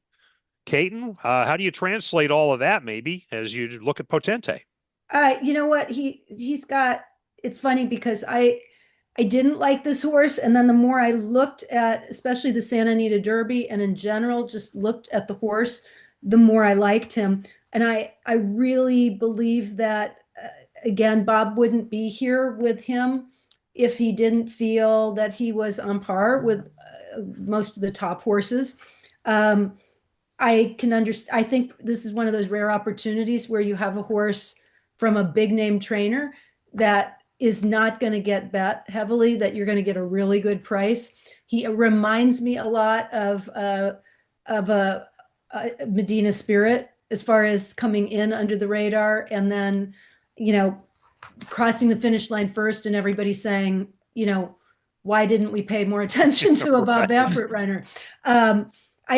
He has a pattern, and I realize it's only 3 starts, but I love those horses that are able to improve buyer speed figures every start consistently, even as the stakes get higher and the competition gets tougher. And that's what he's done. Very steady improvement, speed figure wise, each race, even though he lost to So Happy last time. Again, I don't think he was doing what he's most comfortable doing. I think he got caught up on the lead. I'm not quite sure why he was there, but in doing so, I mean, maybe it was circumstantial with the race that he kind of had to take opportunity after breaking on top. But I think he's a better horse when he can sit and relax and stalk, as he did in the San Felipe. And I think if he can, which from post 14, he may get lucky and be able to get a nice trip like that. He makes some sense to me. Ed? Man. Baffert at 20-1. How do you not see dollar signs? I do like this horse a lot more than Litmus Test. I mean, Litmus Test to me is in that run of 2 through 5. Like, no thanks. But Potente, I feel like he was somewhat close enough to So Happy where if you like one, it's okay to take both. Kind of an offshoot of what Caton said about Silent Tactic behind Renegade. I just think this horse likes to be a little closer, and with the dynamics of this race, it's just not Bob's year to, pull the Authentic or the Medina Spirit. Not that this one was ever going to be on the lead, but even close to it, there's just going to be a lot of company, and I can see him making some noise in the summer, especially if Bob finds the right spots for him, whether, that's Del Mar or the Haskell, but I think this one's a little tough. And because it's Bob, even though the 20-1 like morning line to win, I think he's one of those where, in this type of race with this type of crowd, oh, you got to throw in Baffert. So for me, I'm just going to gamble that he doesn't have it to be in the trifecta. I think there's opportunity leaving him out even at 20-1. Mark? Yeah, that's probably about where I'm at. I mean, like I said earlier, I respect So Happy. So it is a good point that this horse is with him, but kind of like Ed saying, I mean, pace probably against him. You're not getting a price. So I mean, I may use him defensively very, very sparingly, but yeah, that's tough, but probably tossing. Ed and Mark, I love the way you guys were just sort of dancing around, not wanting to pick him. It's like, well, I mean, I remember, vividly, I remember the emotion when Medina Spirit won, and I slammed my rolled up program against the rail I was watching on, and I said, "You got to be kidding me!" And we all know that Bob can sort of do that to you. I imagine that's how people felt about Pat Day back in the 90s, Churchill, except now we're talking about a trainer. But even Bob was surprised. Yeah. Well, also, who was the horse that was supposed to go out on the lead with him who didn't get out of the gate? Remember? Another California horse? I'm trying to remember that. Yeah. And he wasn't going to last all the way around, but he was at least going to put up a challenge. That was part of it. But I will say Authentic and Medina Spirit, were they both Johnny V? Yes. Yeah, I think so. And right? Authentic for sure. And that's not the case here. So Juan's fine, but it's just a different Derby vibe. So well, I'm going to do this at my own risk, and then I'll have Baffert telling me I told you so for the rest of my life. So we'll see. Potente has raced but 3 times. Emerging Market has raced but twice. And only once has a horse won the Kentucky Derby in only his 3rd start. And I think that was just before I started covering the Derby, Leonidas in 1883. That's the only time. By the way, we always give a tip of the hat to Jay Privman for actually researching that a few years ago when it was going to come up a time or two ago. It comes up again here for this Chad Brown trained horse who is owned by Seth Klarman. Candy Ride is the sire. 2 wins. So here's another undefeated horse, a maiden, and then the Louisiana Derby by a head. Chad says, yeah, I'd love to have 5 or 6 starts in him, but he's got 2. He's got talent. He had pneumonia last fall that kept him from getting going as a 2-year-old, among maybe a couple of other reasons. But with 2 starts, he comes in at 15-1 in post 15. Caton, what do you think about Emerging Market? Well, normally I wouldn't like a horse like this, but I have to say you've got 4 horses total in the field that have made 3 starts or less. You've got 1 horse who's coming off a 7-week layoff. So I kind of just feel like the stats don't matter as much anymore on something like this because it's such a different world. And in listening to Chad talk about emerging market, not just the reasoning for the setbacks or the timing and only having 2 starts, but also the idea that he's here and he's not the type that forces the issue. I mean, he will skip and go to the Preakness if he thinks he's going to have a better shot at winning the Preakness and the 2 starts is going to be that big of a disadvantage. Maybe there's a benefit now to not having a horse that is so battle tested that they're a little beat up by the time they get into the Derby. That's definitely the case with Emerging Market. He's thriving in his workouts. I thought his work was really good, but I also just, in watching him train every day, he's like just so consistent every single day. Beautiful stride, looks great. Flavien Prat obviously committed to this horse pretty early in the game, in the equation. I like him. I mean, I'm toying. I probably won't, at least tonight, but I'm toying with him as a top pick, even though he's only started twice. Yeah, I'm with you. He's going to be among my win contenders. I mean, I really feel that way about this horse. And so let's put it this way, a small sample size, but he hasn't shown me much wrong in the 2 samples that he's put out there. Mark? Yeah, I should probably, keep searching on this horse, and Pratt is a huge plus. I don't know. I guess just, the Louisiana Derby, it tends to be, I think, a lot of years one up front. And not that he was up front, but Pavlovian's holding on, and watching that race, it's like, all right, he's going by, right? He's going by, and you're like, certainly this horse is going to go by. And then it's like he used like every bit of the stretch to get by Pavlovian. And just from the eye test, just live that first time, it's just like it just didn't look like something that a horse that really wanted to go on. Obviously, it's a different story. Takes him back, and he's got time to get ready here. Just with the 2 starts, and I get that Chad doesn't really force starts in the Derby, but he's got another horse in the Preakness, so why not run this one here? He is undefeated. It makes sense. He won the Louisiana Derby. I mean, it makes sense for all those reasons, but I just have a hard time getting excited about this horse for any reason. I do like Golden Tempo a little bit that he beat. That's probably the thing I like about him the most, but Let's stick to the order here. Yeah, I'm gonna pass on this. Listen to Ed. All right, Yeah. let's listen to Ed.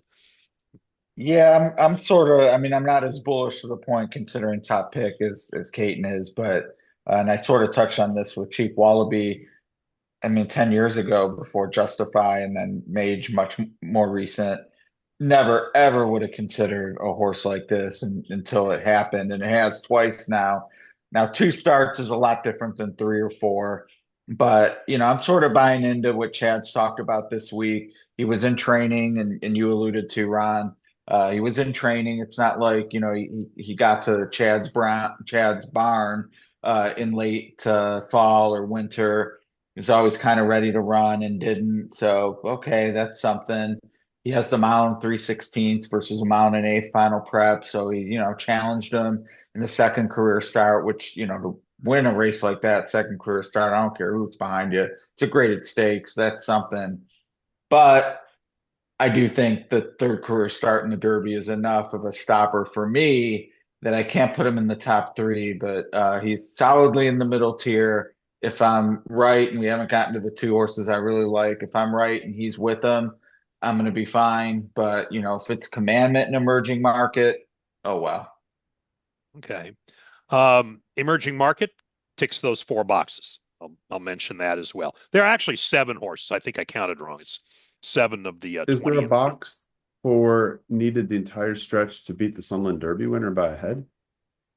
The boxes don't account for that. That's like, the boxes don't account for track biases and they don't account for weather and, but the boxes have a lot of track record. They got over 30 years of track records. Yeah, no, they do. It is interesting. I mean, then we'll get to both the other also rans. On Ragozin, Emerging Market got a great figure and Pavlovian didn't, and not much separated them at the wire. But Yeah, I had one was wide, one wasn't, and there's reasons for that. But I mean, the numbers are there for Emerging Market, and then you can decide what you want to do with Pavlovian. But Well, we're about to right now. He is excellent. As coincidence and the draw would have it, the top 2 finishers in the Louisiana Derby drew 15 and 16. Brings us to Pavlovian, owned by Redham Racing, Doug O'Neill, the trainer. We've seen this combination before. Pavel is the sire involved here. Edwin Maldonado will be the rider this time around. Before the second place finish in the Louisiana Derby, did win the Sunland Derby and has started 10 races. I mean, this horse has had some work since he made his debut in May of last year, not long after Derby time. And so he comes in with 30-1 morning line odds. And Caton, you get to go first on Pavlovian. Well, I think the way you look at Pavlovian is based on whether you think the race is top heavy with speed or going to have a legit pace, or whether it's not as heavy with speed. I kind of lean that way. So I don't just kick Pavlovian to the curb. But I thought he had everything go his way in the Louisiana Derby. The Louisiana Derby typically plays to horses with speed. That particular day was definitely leaning toward, I don't like to say tracks have different biases unless I really see it blatantly, but I do think that it leaned toward speed or speed bias track. So I thought that flattered or helped him. And, I can't eliminate him from the mix because I believe that you're looking at about 2 or 3 horses that are going to be in that first tier versus a lot of others that are pushing the issue. So that gives him a little bit of a benefit of the doubt. But at the same time, I don't know. I'm probably not using him in my top contenders because there are others I prefer. Ed? I would go a step further and say I'm not using it. Well, I guess she did say she's not using it at all. I prefer many. That's what I prefer many others. Yeah, I was thinking like, I like some others better, but he's okay. No, she was as clear as I'm going to be. I mean, he got, I don't know, lucky is the right word, but I love Chip Honcho in the Louisiana Derby. I don't know what happened. Steve Asmussen has said all week, like he thought he was leading over the winner that day.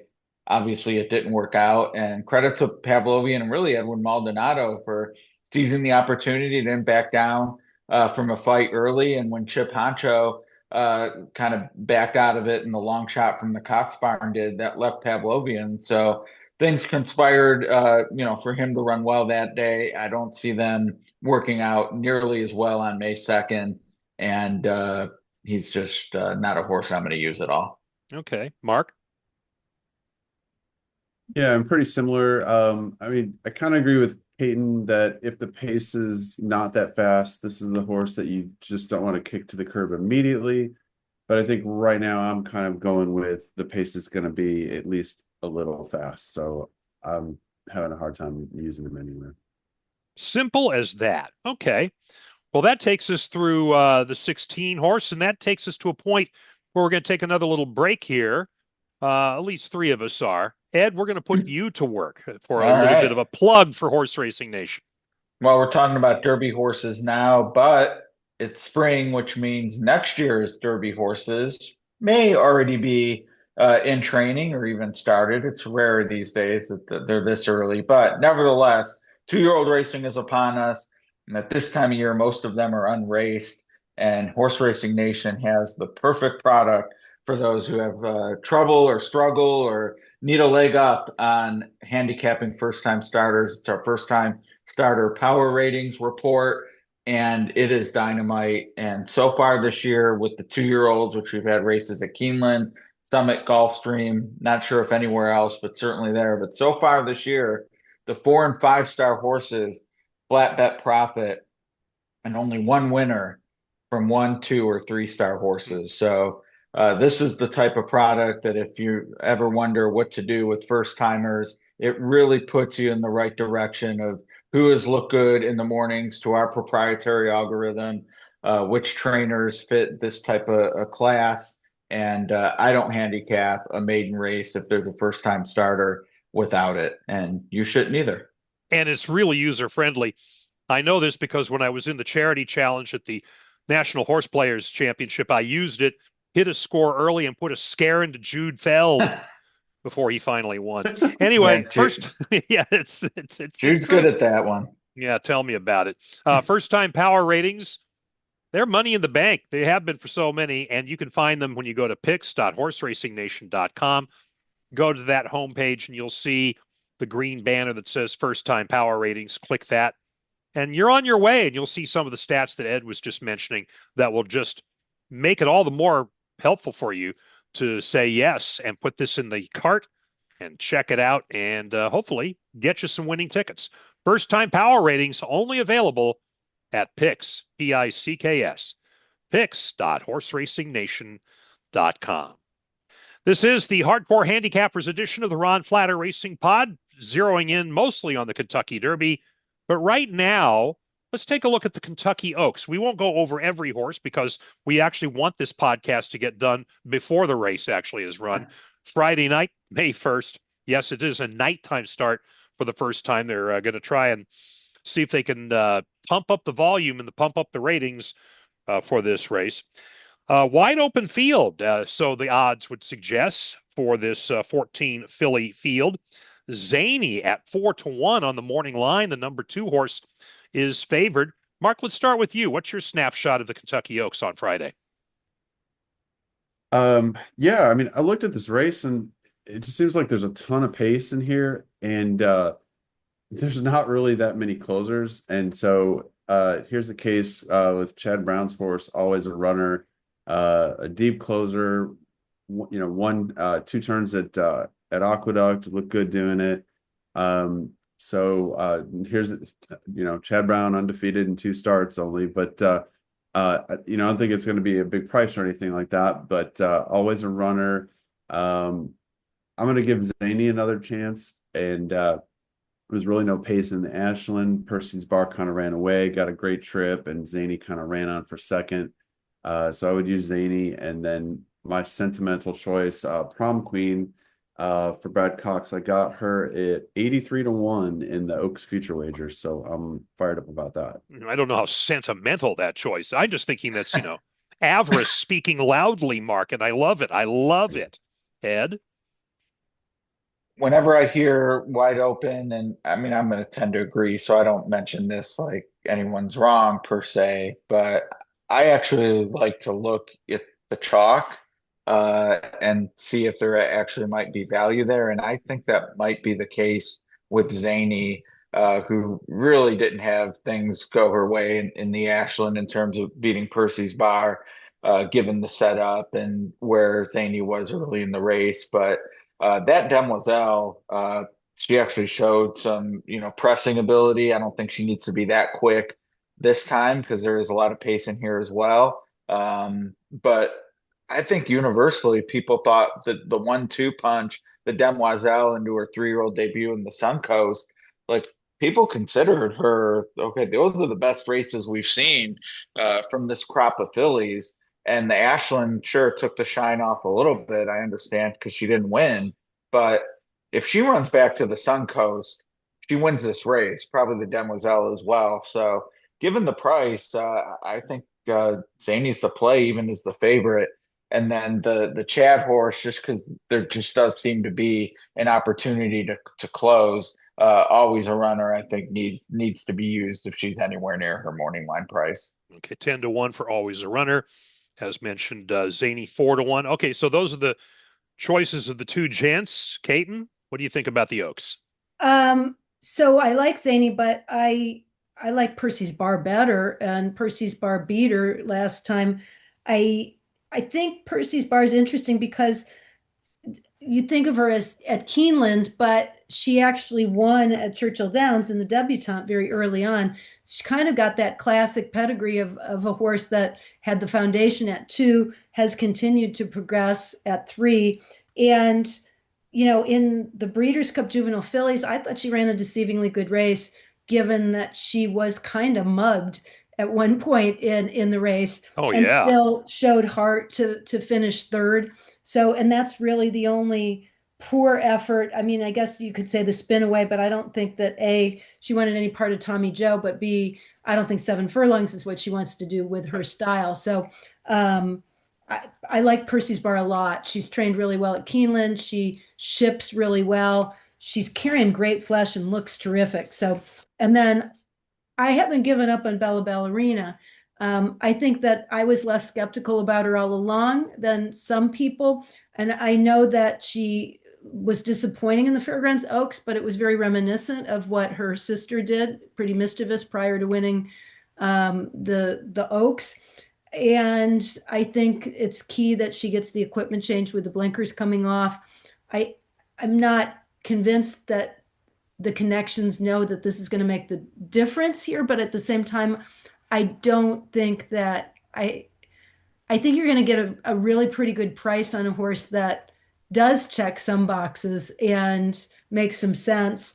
I mean, if she doesn't throw in that lackluster race last time out, she's probably the favorite. She's coming the most traditional path to Oak success through the fairgrounds, and she had done everything right up until then. So I'm probably using those 2, and then kind of keeping an eye out for a few horses that are going to be prices.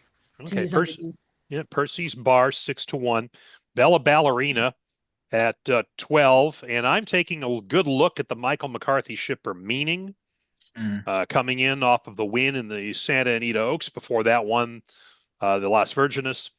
And so 2 for 2 in 2026. Juan Hernandez will be up.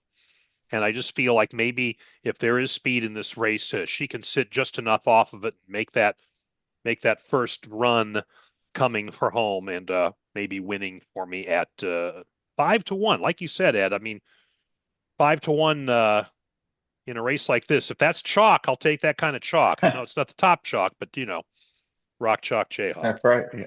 Yep. Let's get back to the Kentucky Derby field. We'll get to a horse that might just be the one that leads them to the first turn, and that is 6 Speed. Oh, my goodness. Do we remember 2022 when Bupat Simar brought in Summer Is Tomorrow and went out in 21-4 and sort of set things up for that big upset victory by Rich Strike? So, yeah, could that happen again? Simar has said that this is a horse who's very difficult to harness in terms of trying to keep him from going out too fast. He did set the pace early and then finished second, held on for second place in the UAE Derby, had won 3 in a row before that, all at Meydan. This is his first time away from Meydan. Brian Hernandez Jr. gets the ride. This is a not this time colt, was bred in Kentucky, and will be going off at odds of 50-1. Ed, what do you say about 6 Speed? I actually like that we have a horse that we know is supposed to be setting the pace. It's not going to be a surprise of who's on the front. Well, it would be a surprise if it's not him on the front end. But Bupat's made his bones that that's the way that they're going to try to win it, which makes sense. That's his style. And Brian, we saw get the rail trip with Mystic Dan after lying pretty close behind the pace. I wouldn't even say it was mid-pack. Certainly going to be a lot different here. Mystic Dan from post 3, now 6 Speed from post 17. But if he clears, then he's all right. He clears the field and save ground and see how far along he can go. Unfortunately for this horse, his chances, how far he wanted to go was not even the mile and 3/16 of the UAE Derby when he was completely alone. It's hard to see how it's going to work here in the Kentucky Derby, but connections will get a thrill into the far turn. Caton? Yeah, I kind of see it the same way. I mean, he's very strong in his gallops in the morning, and he kind of gives you the sense that he's a hard horse to shut down. And I think it's not that he has speed that I'm concerned about. And I actually think if he would shut down on the lead, he would be a very interesting possibility, but I'm not sure I see that happening. And he stopped really pretty fast in the UAE Derby. So that concerns me about the 1.25 miles. I will say I meant to mention, like, if for whatever reason they, maybe didn't get in points wise Derby, or just said, oh, we're going to point to the Preakness, I'd be very interested in him in that spot with a shorter field. Is very likely the absolute speed of the speed there, but at Churchill Downs and the Kentucky Derby, it's a lot. Mark? Yeah, I agree with what's been said, but I would add that this is the guy that brought us Rich Strike, and he's had success with horses on the lead. And I don't want to say that the race runs through 6 speed, because it doesn't, but the pace, really does depend on this horse to some degree. And I think, Caton, you've mentioned a couple of times that there maybe isn't that much pace, and I wouldn't necessarily disagree. I'm kind of counting on this horse to go, and he's got Pavlovian on his inside. So if they're serious about the lead, they've got to get past Pavlovian and then Litmus Test. What's that? And Litmus Test. And then he's got to come over from 17 and have enough speed to clear Litmus Test. So you kind of have to just really commit. And I think there's a couple ways that could go. Is obviously they could duel, or this horse could just clear by 3 lengths, and maybe they let him go, and maybe there's a scenario where it's not that fast. But my hope is it's a clear read if he goes and the pace gets a little hotter, and I think that's a little bit more likely than not. So my thought is, if that's the scenario that happens, that's the scenario that is going to maybe it's not fast enough that it's really detrimental to some of those forward horses, but it's enough that it'll help. And a lot of the closers this year, we've seen Renegade and Commandment win off of like slow pace races. So if the race is medium fast, I think they're gonna have an advantage, and some of those like So Happy types are gonna be in a tougher spot. So I'm going to make this real simple. I'm not going to overthink this thing going out in 21-4 or whatever in the world Seymour is going to do with this horse. If something comes along at 80-1 and beats me, God bless him. This is just a toss for me. Simple as that.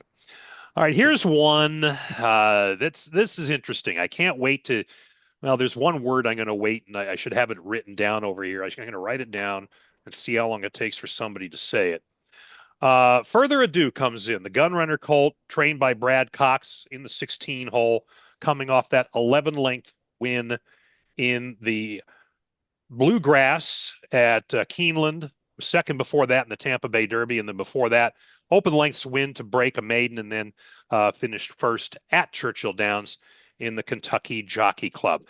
A 106 buyer for that effort in the Bluegrass. So that's the best of anybody in this field. A 105 Brisnet speed rating, the best of anybody in this field. Also, checked those boxes for the finishing time, wouldn't you think?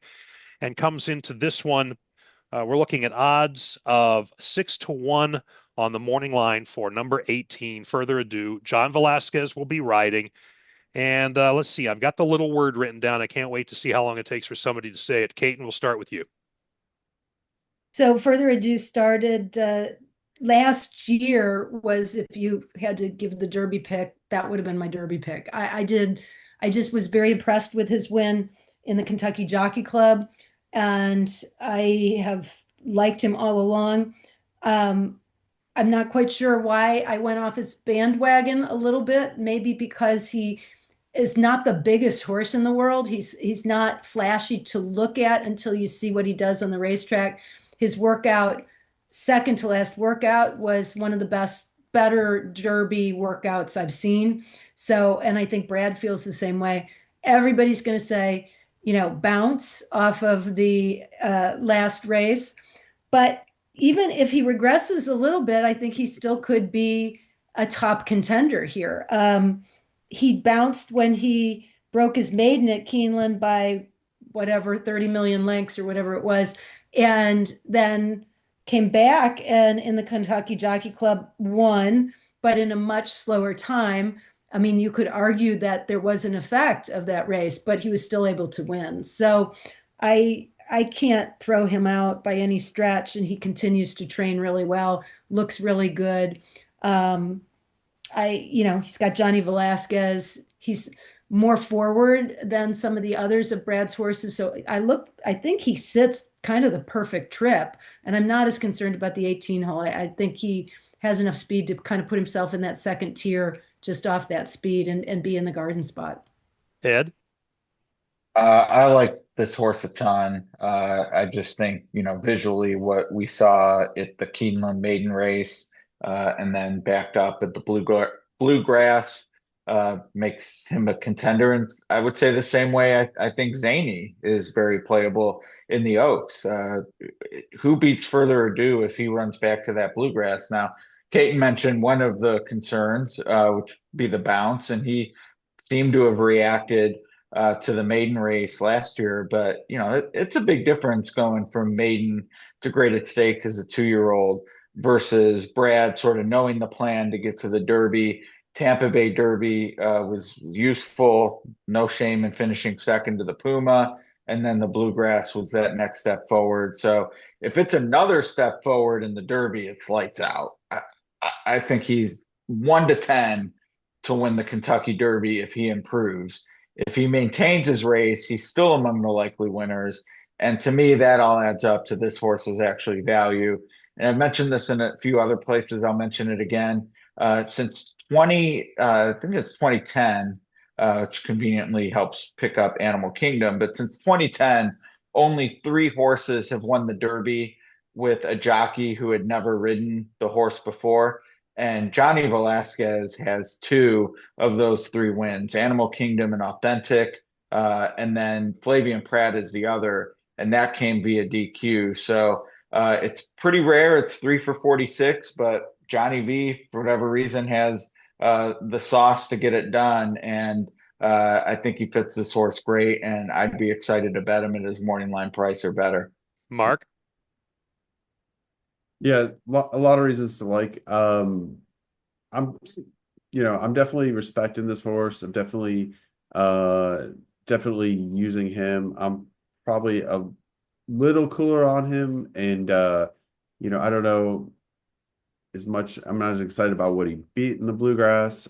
I could see a horse like this, maybe tackling the speed, putting it away, taking the lead in the stretch, but I'm gonna stick with one of the closers to run him down. That's what word Mark did not mention there. He didn't say bounce. Didn't say that bounce word.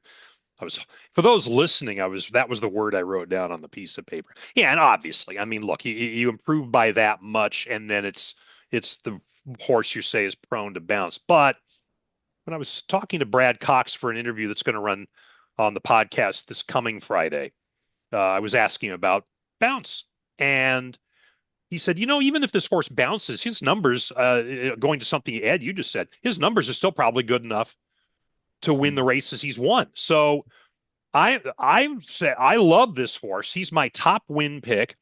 And I'm going to suggest if there's any horse in this field who could win a Triple Crown, it's this horse. Okay. Now I get the fact he's not a big, imposing, justify looking horse.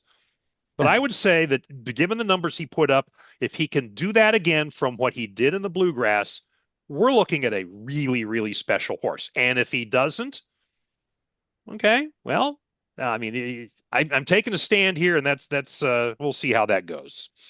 And by the way, yes, checked all 4 of the boxes. I think he's the last of the ones that of the 7 who will have done that.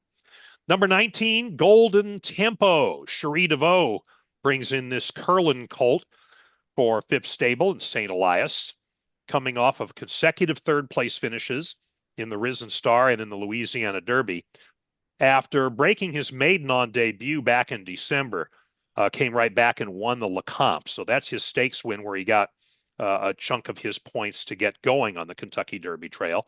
First time racing away from fairgrounds. Jose Ortiz, as usual, will be riding Golden Tempo. And he'll be doing so, as I mentioned, from post 19 with odds of 30-1. And with that in mind, a big chunk of change there in the offing, if you have any belief in this horse, Ed. I don't. I've seen some chatter on this one. I don't get it. The numbers have not only are they not fast enough, but they haven't progressed. So to me, it's very similar to Silent Tactic in that regard. Is we know what this horse is capable of. There hasn't been a move forward. Maybe it comes in the Derby, but it was supposed to come last time when they added blinkers. And I thought the effort was pretty dull. I mean, yeah, he started to pick up some length in the stretch, and Jose made whatever move he made down to the inside, and it didn't work out. But there's just too many question marks around this one. And the one question mark we don't have is sort of what his baseline is talent wise, because he's run the same race numbers wise throughout the winter and spring. And I just don't see the move forward here, even underneath. It's kind of similar to what I mentioned with Potente. Like, yeah, he could be third or fourth, but I just think this is the type of year I'd rather press on the horses I'm really excited about than add this one for more money. So I'm out. Mark? I mean, I think this is a pretty live long shot, especially for second and third. I'm not sure about when, the numbers are a little light, but we've seen a lot of horses come out of the fairgrounds and run well in the Derby. We've seen long shots come out of the fairgrounds, run well in the Derby, and hit, second and third. Working really well. Cherie DeVaux's had him at Keeneland, and we've seen with Cherie DeVaux runners, she can bring these horses off layoff and they can run big races coming off a 6-week layoff. I think it's very likely we see an improvement here. Jose Ortiz is up. 19 post, there's some questions there, but it's a closer, it drops back. If there's a 35-1 that comes flying for second, I think this is the one. Yeah, I'm with you, Mark. This is one I would include underneath, but certainly would not put at the top. Caton? Yeah, I am kind of in the middle across the board. He has that pattern with his Beyer speed figures that I mentioned earlier, where he's shown improvement with every single start, even with the last race, which, at first glance is disappointing, but at the same time, it was an improvement on the Beyers off of his previous efforts. Right. So I give him that. And I also think that he's the type that is probably going to be in a position to pick up some pieces and come on late. And he will be a big price. So, but he's definitely a use underneath. And I've never liked him very much because he does always run the same race every single solitary time. Maybe that's a strength in the Derby when it's all said and done, but I don't see it exactly. Okay. Let's wrap up the main part of the field. The number 20 is Full Effort, the third of the three Brad Cox horses in terms of post parade. Won the Jeff Ruby Stakes last out, and that was at Turfway. Let's see now. Ellis Park on the turf and Kentucky Downs because it's only the turf, and Keeneland on the turf and Turfway on the artificial. Hey, this is going to be this horse's first dirt race by Liam's Map. And Tyler Gaffalione will be riding for the first time in the afternoon. St. Elias and Starlight Racing own this horse. The horse doesn't necessarily look like a turf horse in workouts, and that can be a good thing if you like this stone cold closer. He's 20-1 on the morning line, and we'll open with you, Mark. I mean, he's all right. I mean, obviously it's never raced on dirt, so that's kind of the big thing. The 20 post isn't great. I mean, I just have a hard time getting excited about him. I can see that he's, got 1-3 of 7. He's hit the board with 6 or 7. He's improving, but kind of like we saw, last year out of the Jeff Ruby Stakes, very non-competitive fourth from the Gambit. That's kind of the most I see here, and I think it's a better field. Okay. Caton? I think Full Effort is better. For me, I think he's better suited to the dirt than Final Gambit was necessarily going into the Derby. He's trained so well. I mean, he looks as good as any horse out there in his workouts. And if he had drawn a better post, I think I would probably be more inclined to use him as an underneath type horse. I don't like post 20 for him though, because I know that you might think it doesn't matter with his style, which is to come from the back of the pack, but there's so many horses that are going to be closing and have the same style that have no speed early that I think he gets stacked wide right off the bat. And I just feel like in this situation, there's no way first time on the dirt, you really want to have to be worrying about trying to get position in the early stages of the race that far back as well. So I don't see him getting a trip, but I do like the horse. I actually think he is very interesting just in general to take to the dirt at this point. Yeah, I tell you what, you try to beat traffic. If there's a lot of it, you can't beat it. Ed? I love this horse. He's my top pick. Wow. I thought the Jeff Ruby Stakes was phenomenal. And part of the reason is I actually really like Stark Contrast that day. And on the far turn, when he made his move and was between horses, super professional. I thought he was a winner on the turn. I was feeling very smug and smart and full of myself. And then full effort, into the straight, and then just blew the doors off of him. And that was that. Like there wasn't even any rooting for, come on, Stark Contrast, run with them. It was over. Now, does that translate to dirt? We have to see. This post 20 dull my enthusiasm a little. It's 20-1, a price that I'm willing to not take because of those question marks. Absolutely not. I think he's capable of winning this race far more than 5% of the time, which is what you'd want from a 20-1 horse, certainly.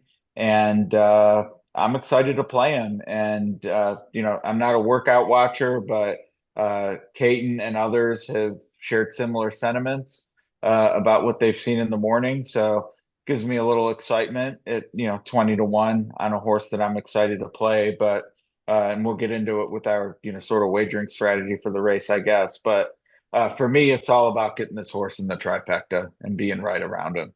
All right. I was a total toss for me until I heard that. Now I got to think about it. Think about it. Think about it. All right, let's Give it get to a half the effort. what's that? Give it a half effort. Give it a half. Hey, I saw the light bulb go on. Also, eligibles, we certainly don't want to give them short shrift because we've seen them come into the race many, many, many, many times. But I don't know how seriously we're going to take them. We're about to find out. Number 21, Great White. Volatile is the sire. John Ennis is the trainer and part owner with Three Chimneys Farm.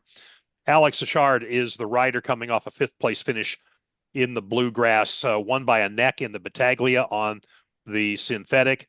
In fact, was first, fifth, and first in synthetic races, and then that clunker at Keeneland in the Bluegrass, 50-1 on the morning line. Mark, Can we go lightning round? if you want, yeah, I'm happy about that. Because if people have hung in for 2 hours plus, God love them and appreciate that. And, Well, they might be hitting the button. Make us. Well, I'm not trying to dissuade anyone from anything to say, but Great White, nice horse, would love to own him, but doesn't fit here. Would have to draw into the outside. Oselli, man, I've played this horse. No, we're not going. We'll get to Oselli in a second. Just we'll go. All right, okay. I meant lightning round, 4 horses. No. We're playing password lightning round. Peter Lawford's not going to skip words here. Go ahead. Yeah, Peter Lawford for you young folks. All right. Great Ed? White. I'm out. Oh, I'm sorry. Go ahead. Oh, you were done on Great White? I'm done on Great White. I was going to do all 4 in 30 seconds. All right. Well, maybe collectively we will. If I shut up, Ed. We'll pass. I'll pass. Yeah, I guess I'm supposed to take a longer look because I just went on and on about how great Full Effort is, and he beat Full Effort, but that Bluegrass was absolutely dreadful, and he was 7-1 in there somehow. Toss. Caton? I agree. I mean, gorgeous horse. He's huge. He'll be the biggest horse in the race, and I think that's the only place he wins. Okay, best turned out possibility. Number 22, Oselli. Whit Beckman is training for Ashley Durr, Anthony Taton. The front page, folks. Joe Ramos is riding third place in the Wood Memorial. Ed. Toss. I mean, I don't like the two that finished ahead of him in the Wood Memorial, and same concerns about the race fell apart and his LP was only an 86. He's just gonna have way too much running to do. Okay, this is Colt by Connect. Caton? Agreed. I can't use him. I mean, I didn't like Albus and I didn't like Right to Party, so I can't like him. Let's put the stopwatch on Mark now. Mark, go. Ditto. All right. Number 23. I think he did it in less than 2. Doug O'Neill trains Robusta. Accelerate is the sire. Calumet Farm, the breeder and the owner. Emisal Jaramillo will be in the irons. Second in the San Felipe, and then dead last in the Santa Anita Derby. 50-1 as are all the AEs. Mark? This horse isn't that bad. I mean, he kind of got burned up in Santa Anita. The San Felipe was a little bit better. If by chance he drew in, I would probably take a little bit more look at him, but he'd still be stuck on the outside and up against it. So very likely a toss. Ed? Yeah, I mean, this horse, I'm looking at the odds, 67-1 in the San Felipe, then somehow is 8-1 in the Santa Anita Derby. That catches my eye a little bit, but that's the type of thing you notice in an allowance race, not the Derby toss. Well, I mean, he lost by only a head in the San Felipe. Yeah. That's people were saying, not again. I guess. Yeah, Caton. The only thing about him is that if he does draw into the race, it changes things from a pace standpoint. That's true. But which would make me reevaluate the whole race as a whole. But I don't like the horse. I won't be using him. And Caton, while you say that, do you think the same thing of Great White? Because I skipped over that. I mean, he did show a lot of pace in the bluegrass. Yeah, but I at least in talking to John Ennis, he said that he felt the reason he ran so poorly was in the bluegrass was because he was on the lead. So they will work to take him off. Now, whether they can do it or not, I don't know, but that'll be the plan. Okay. All right. And by the way, Great White would be the only gelding in the race if that were to happen. Finally, Dallas Stewart threw this one in because he finished third in the Lexington, so he got 8 whole points for Corona de Oro, a Bolt de Oro colt owned by On Our Own Stable and others. Brian Hernandez, second choice with this horse, so he may or may not ride if he may or may not get in the field. So I mentioned third in the Lexington. Ed? I mean, should be 10,000-1 if he's in this race. 10,000-1. Ed will be booking that. Let's see now. Mark? I'll take $1, Ed. Yeah, well, so I'll throw $1 on it. Yeah, pass. I mean, I was thinking he could inject speed in the race, but he's not even fast enough compared to some of these others. So he just doesn't fit. All right, Caton.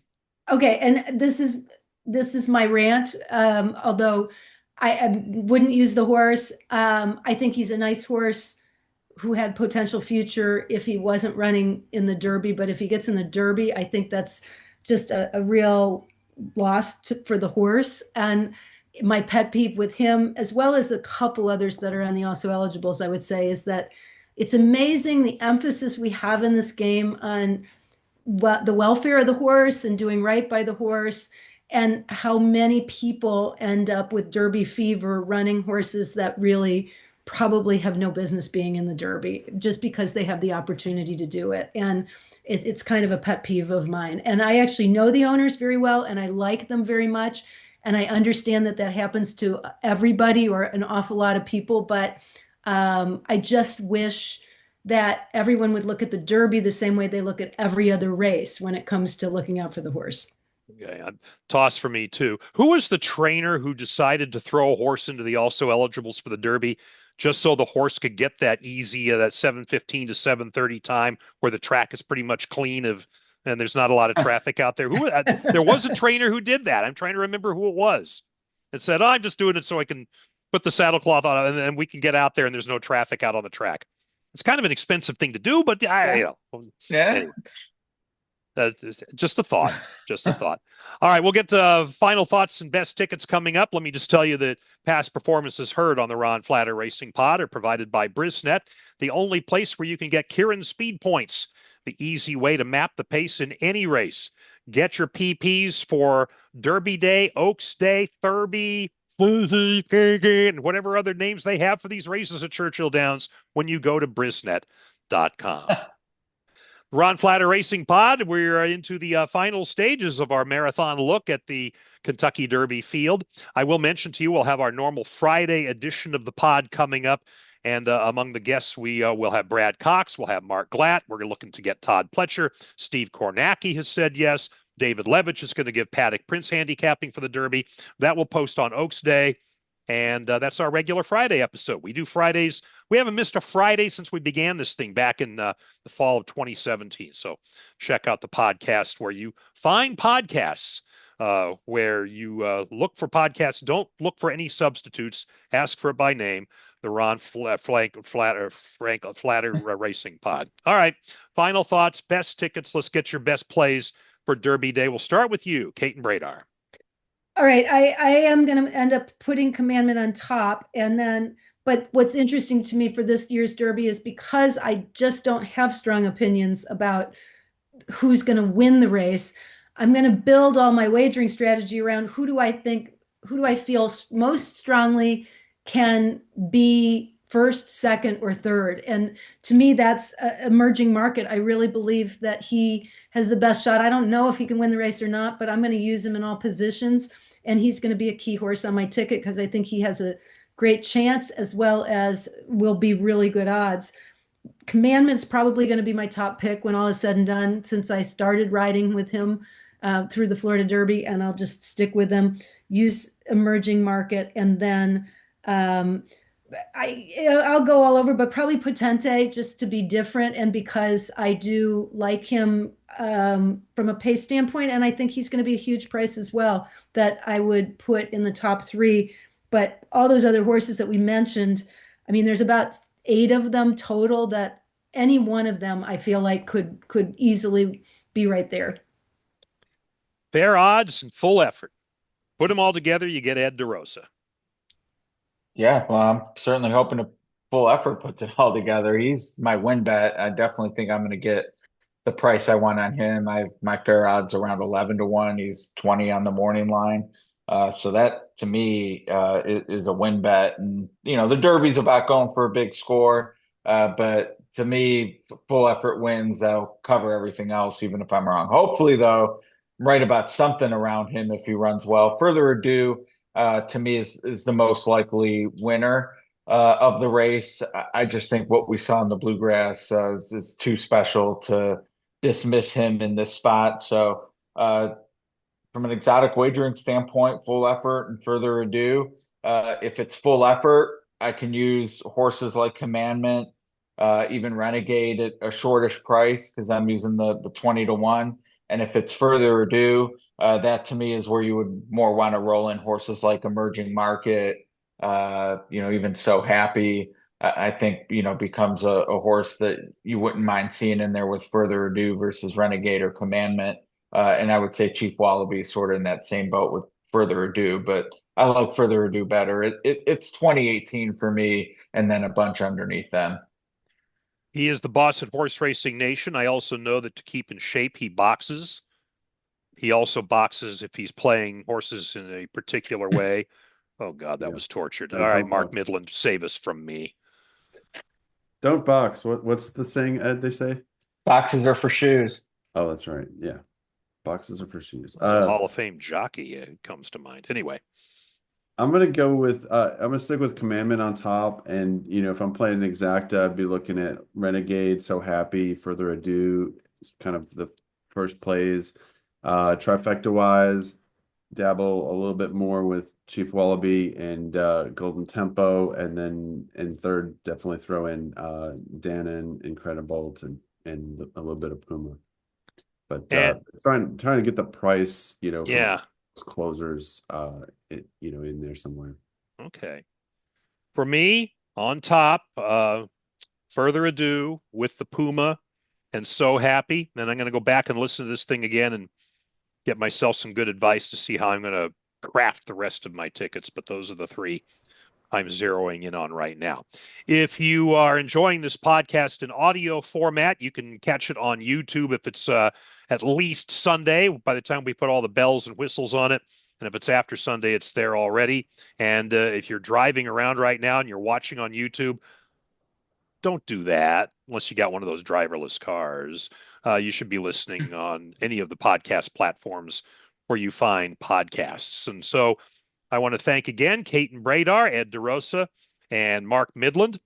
Coming up on Friday, as we mentioned, our regular edition of the pod with our co-hosts John Sherva, Keith Nelson, and the guests previously mentioned. So best wishes in betting the Kentucky Derby, Kentucky Oaks, and everything else going on at Churchill Downs. I'm Ron Flatter. I don't know what we are fighting for, but I know that they don't want us here. This has been the special Kentucky Derby edition of the Ron Flatter Racing Pod via Horse Racing Nation. Hear new episodes every Friday morning. Subscribe wherever you download your favorite podcasts. That's where you'll also find episodes that you might have missed. For more, log on to horseracingnation.com.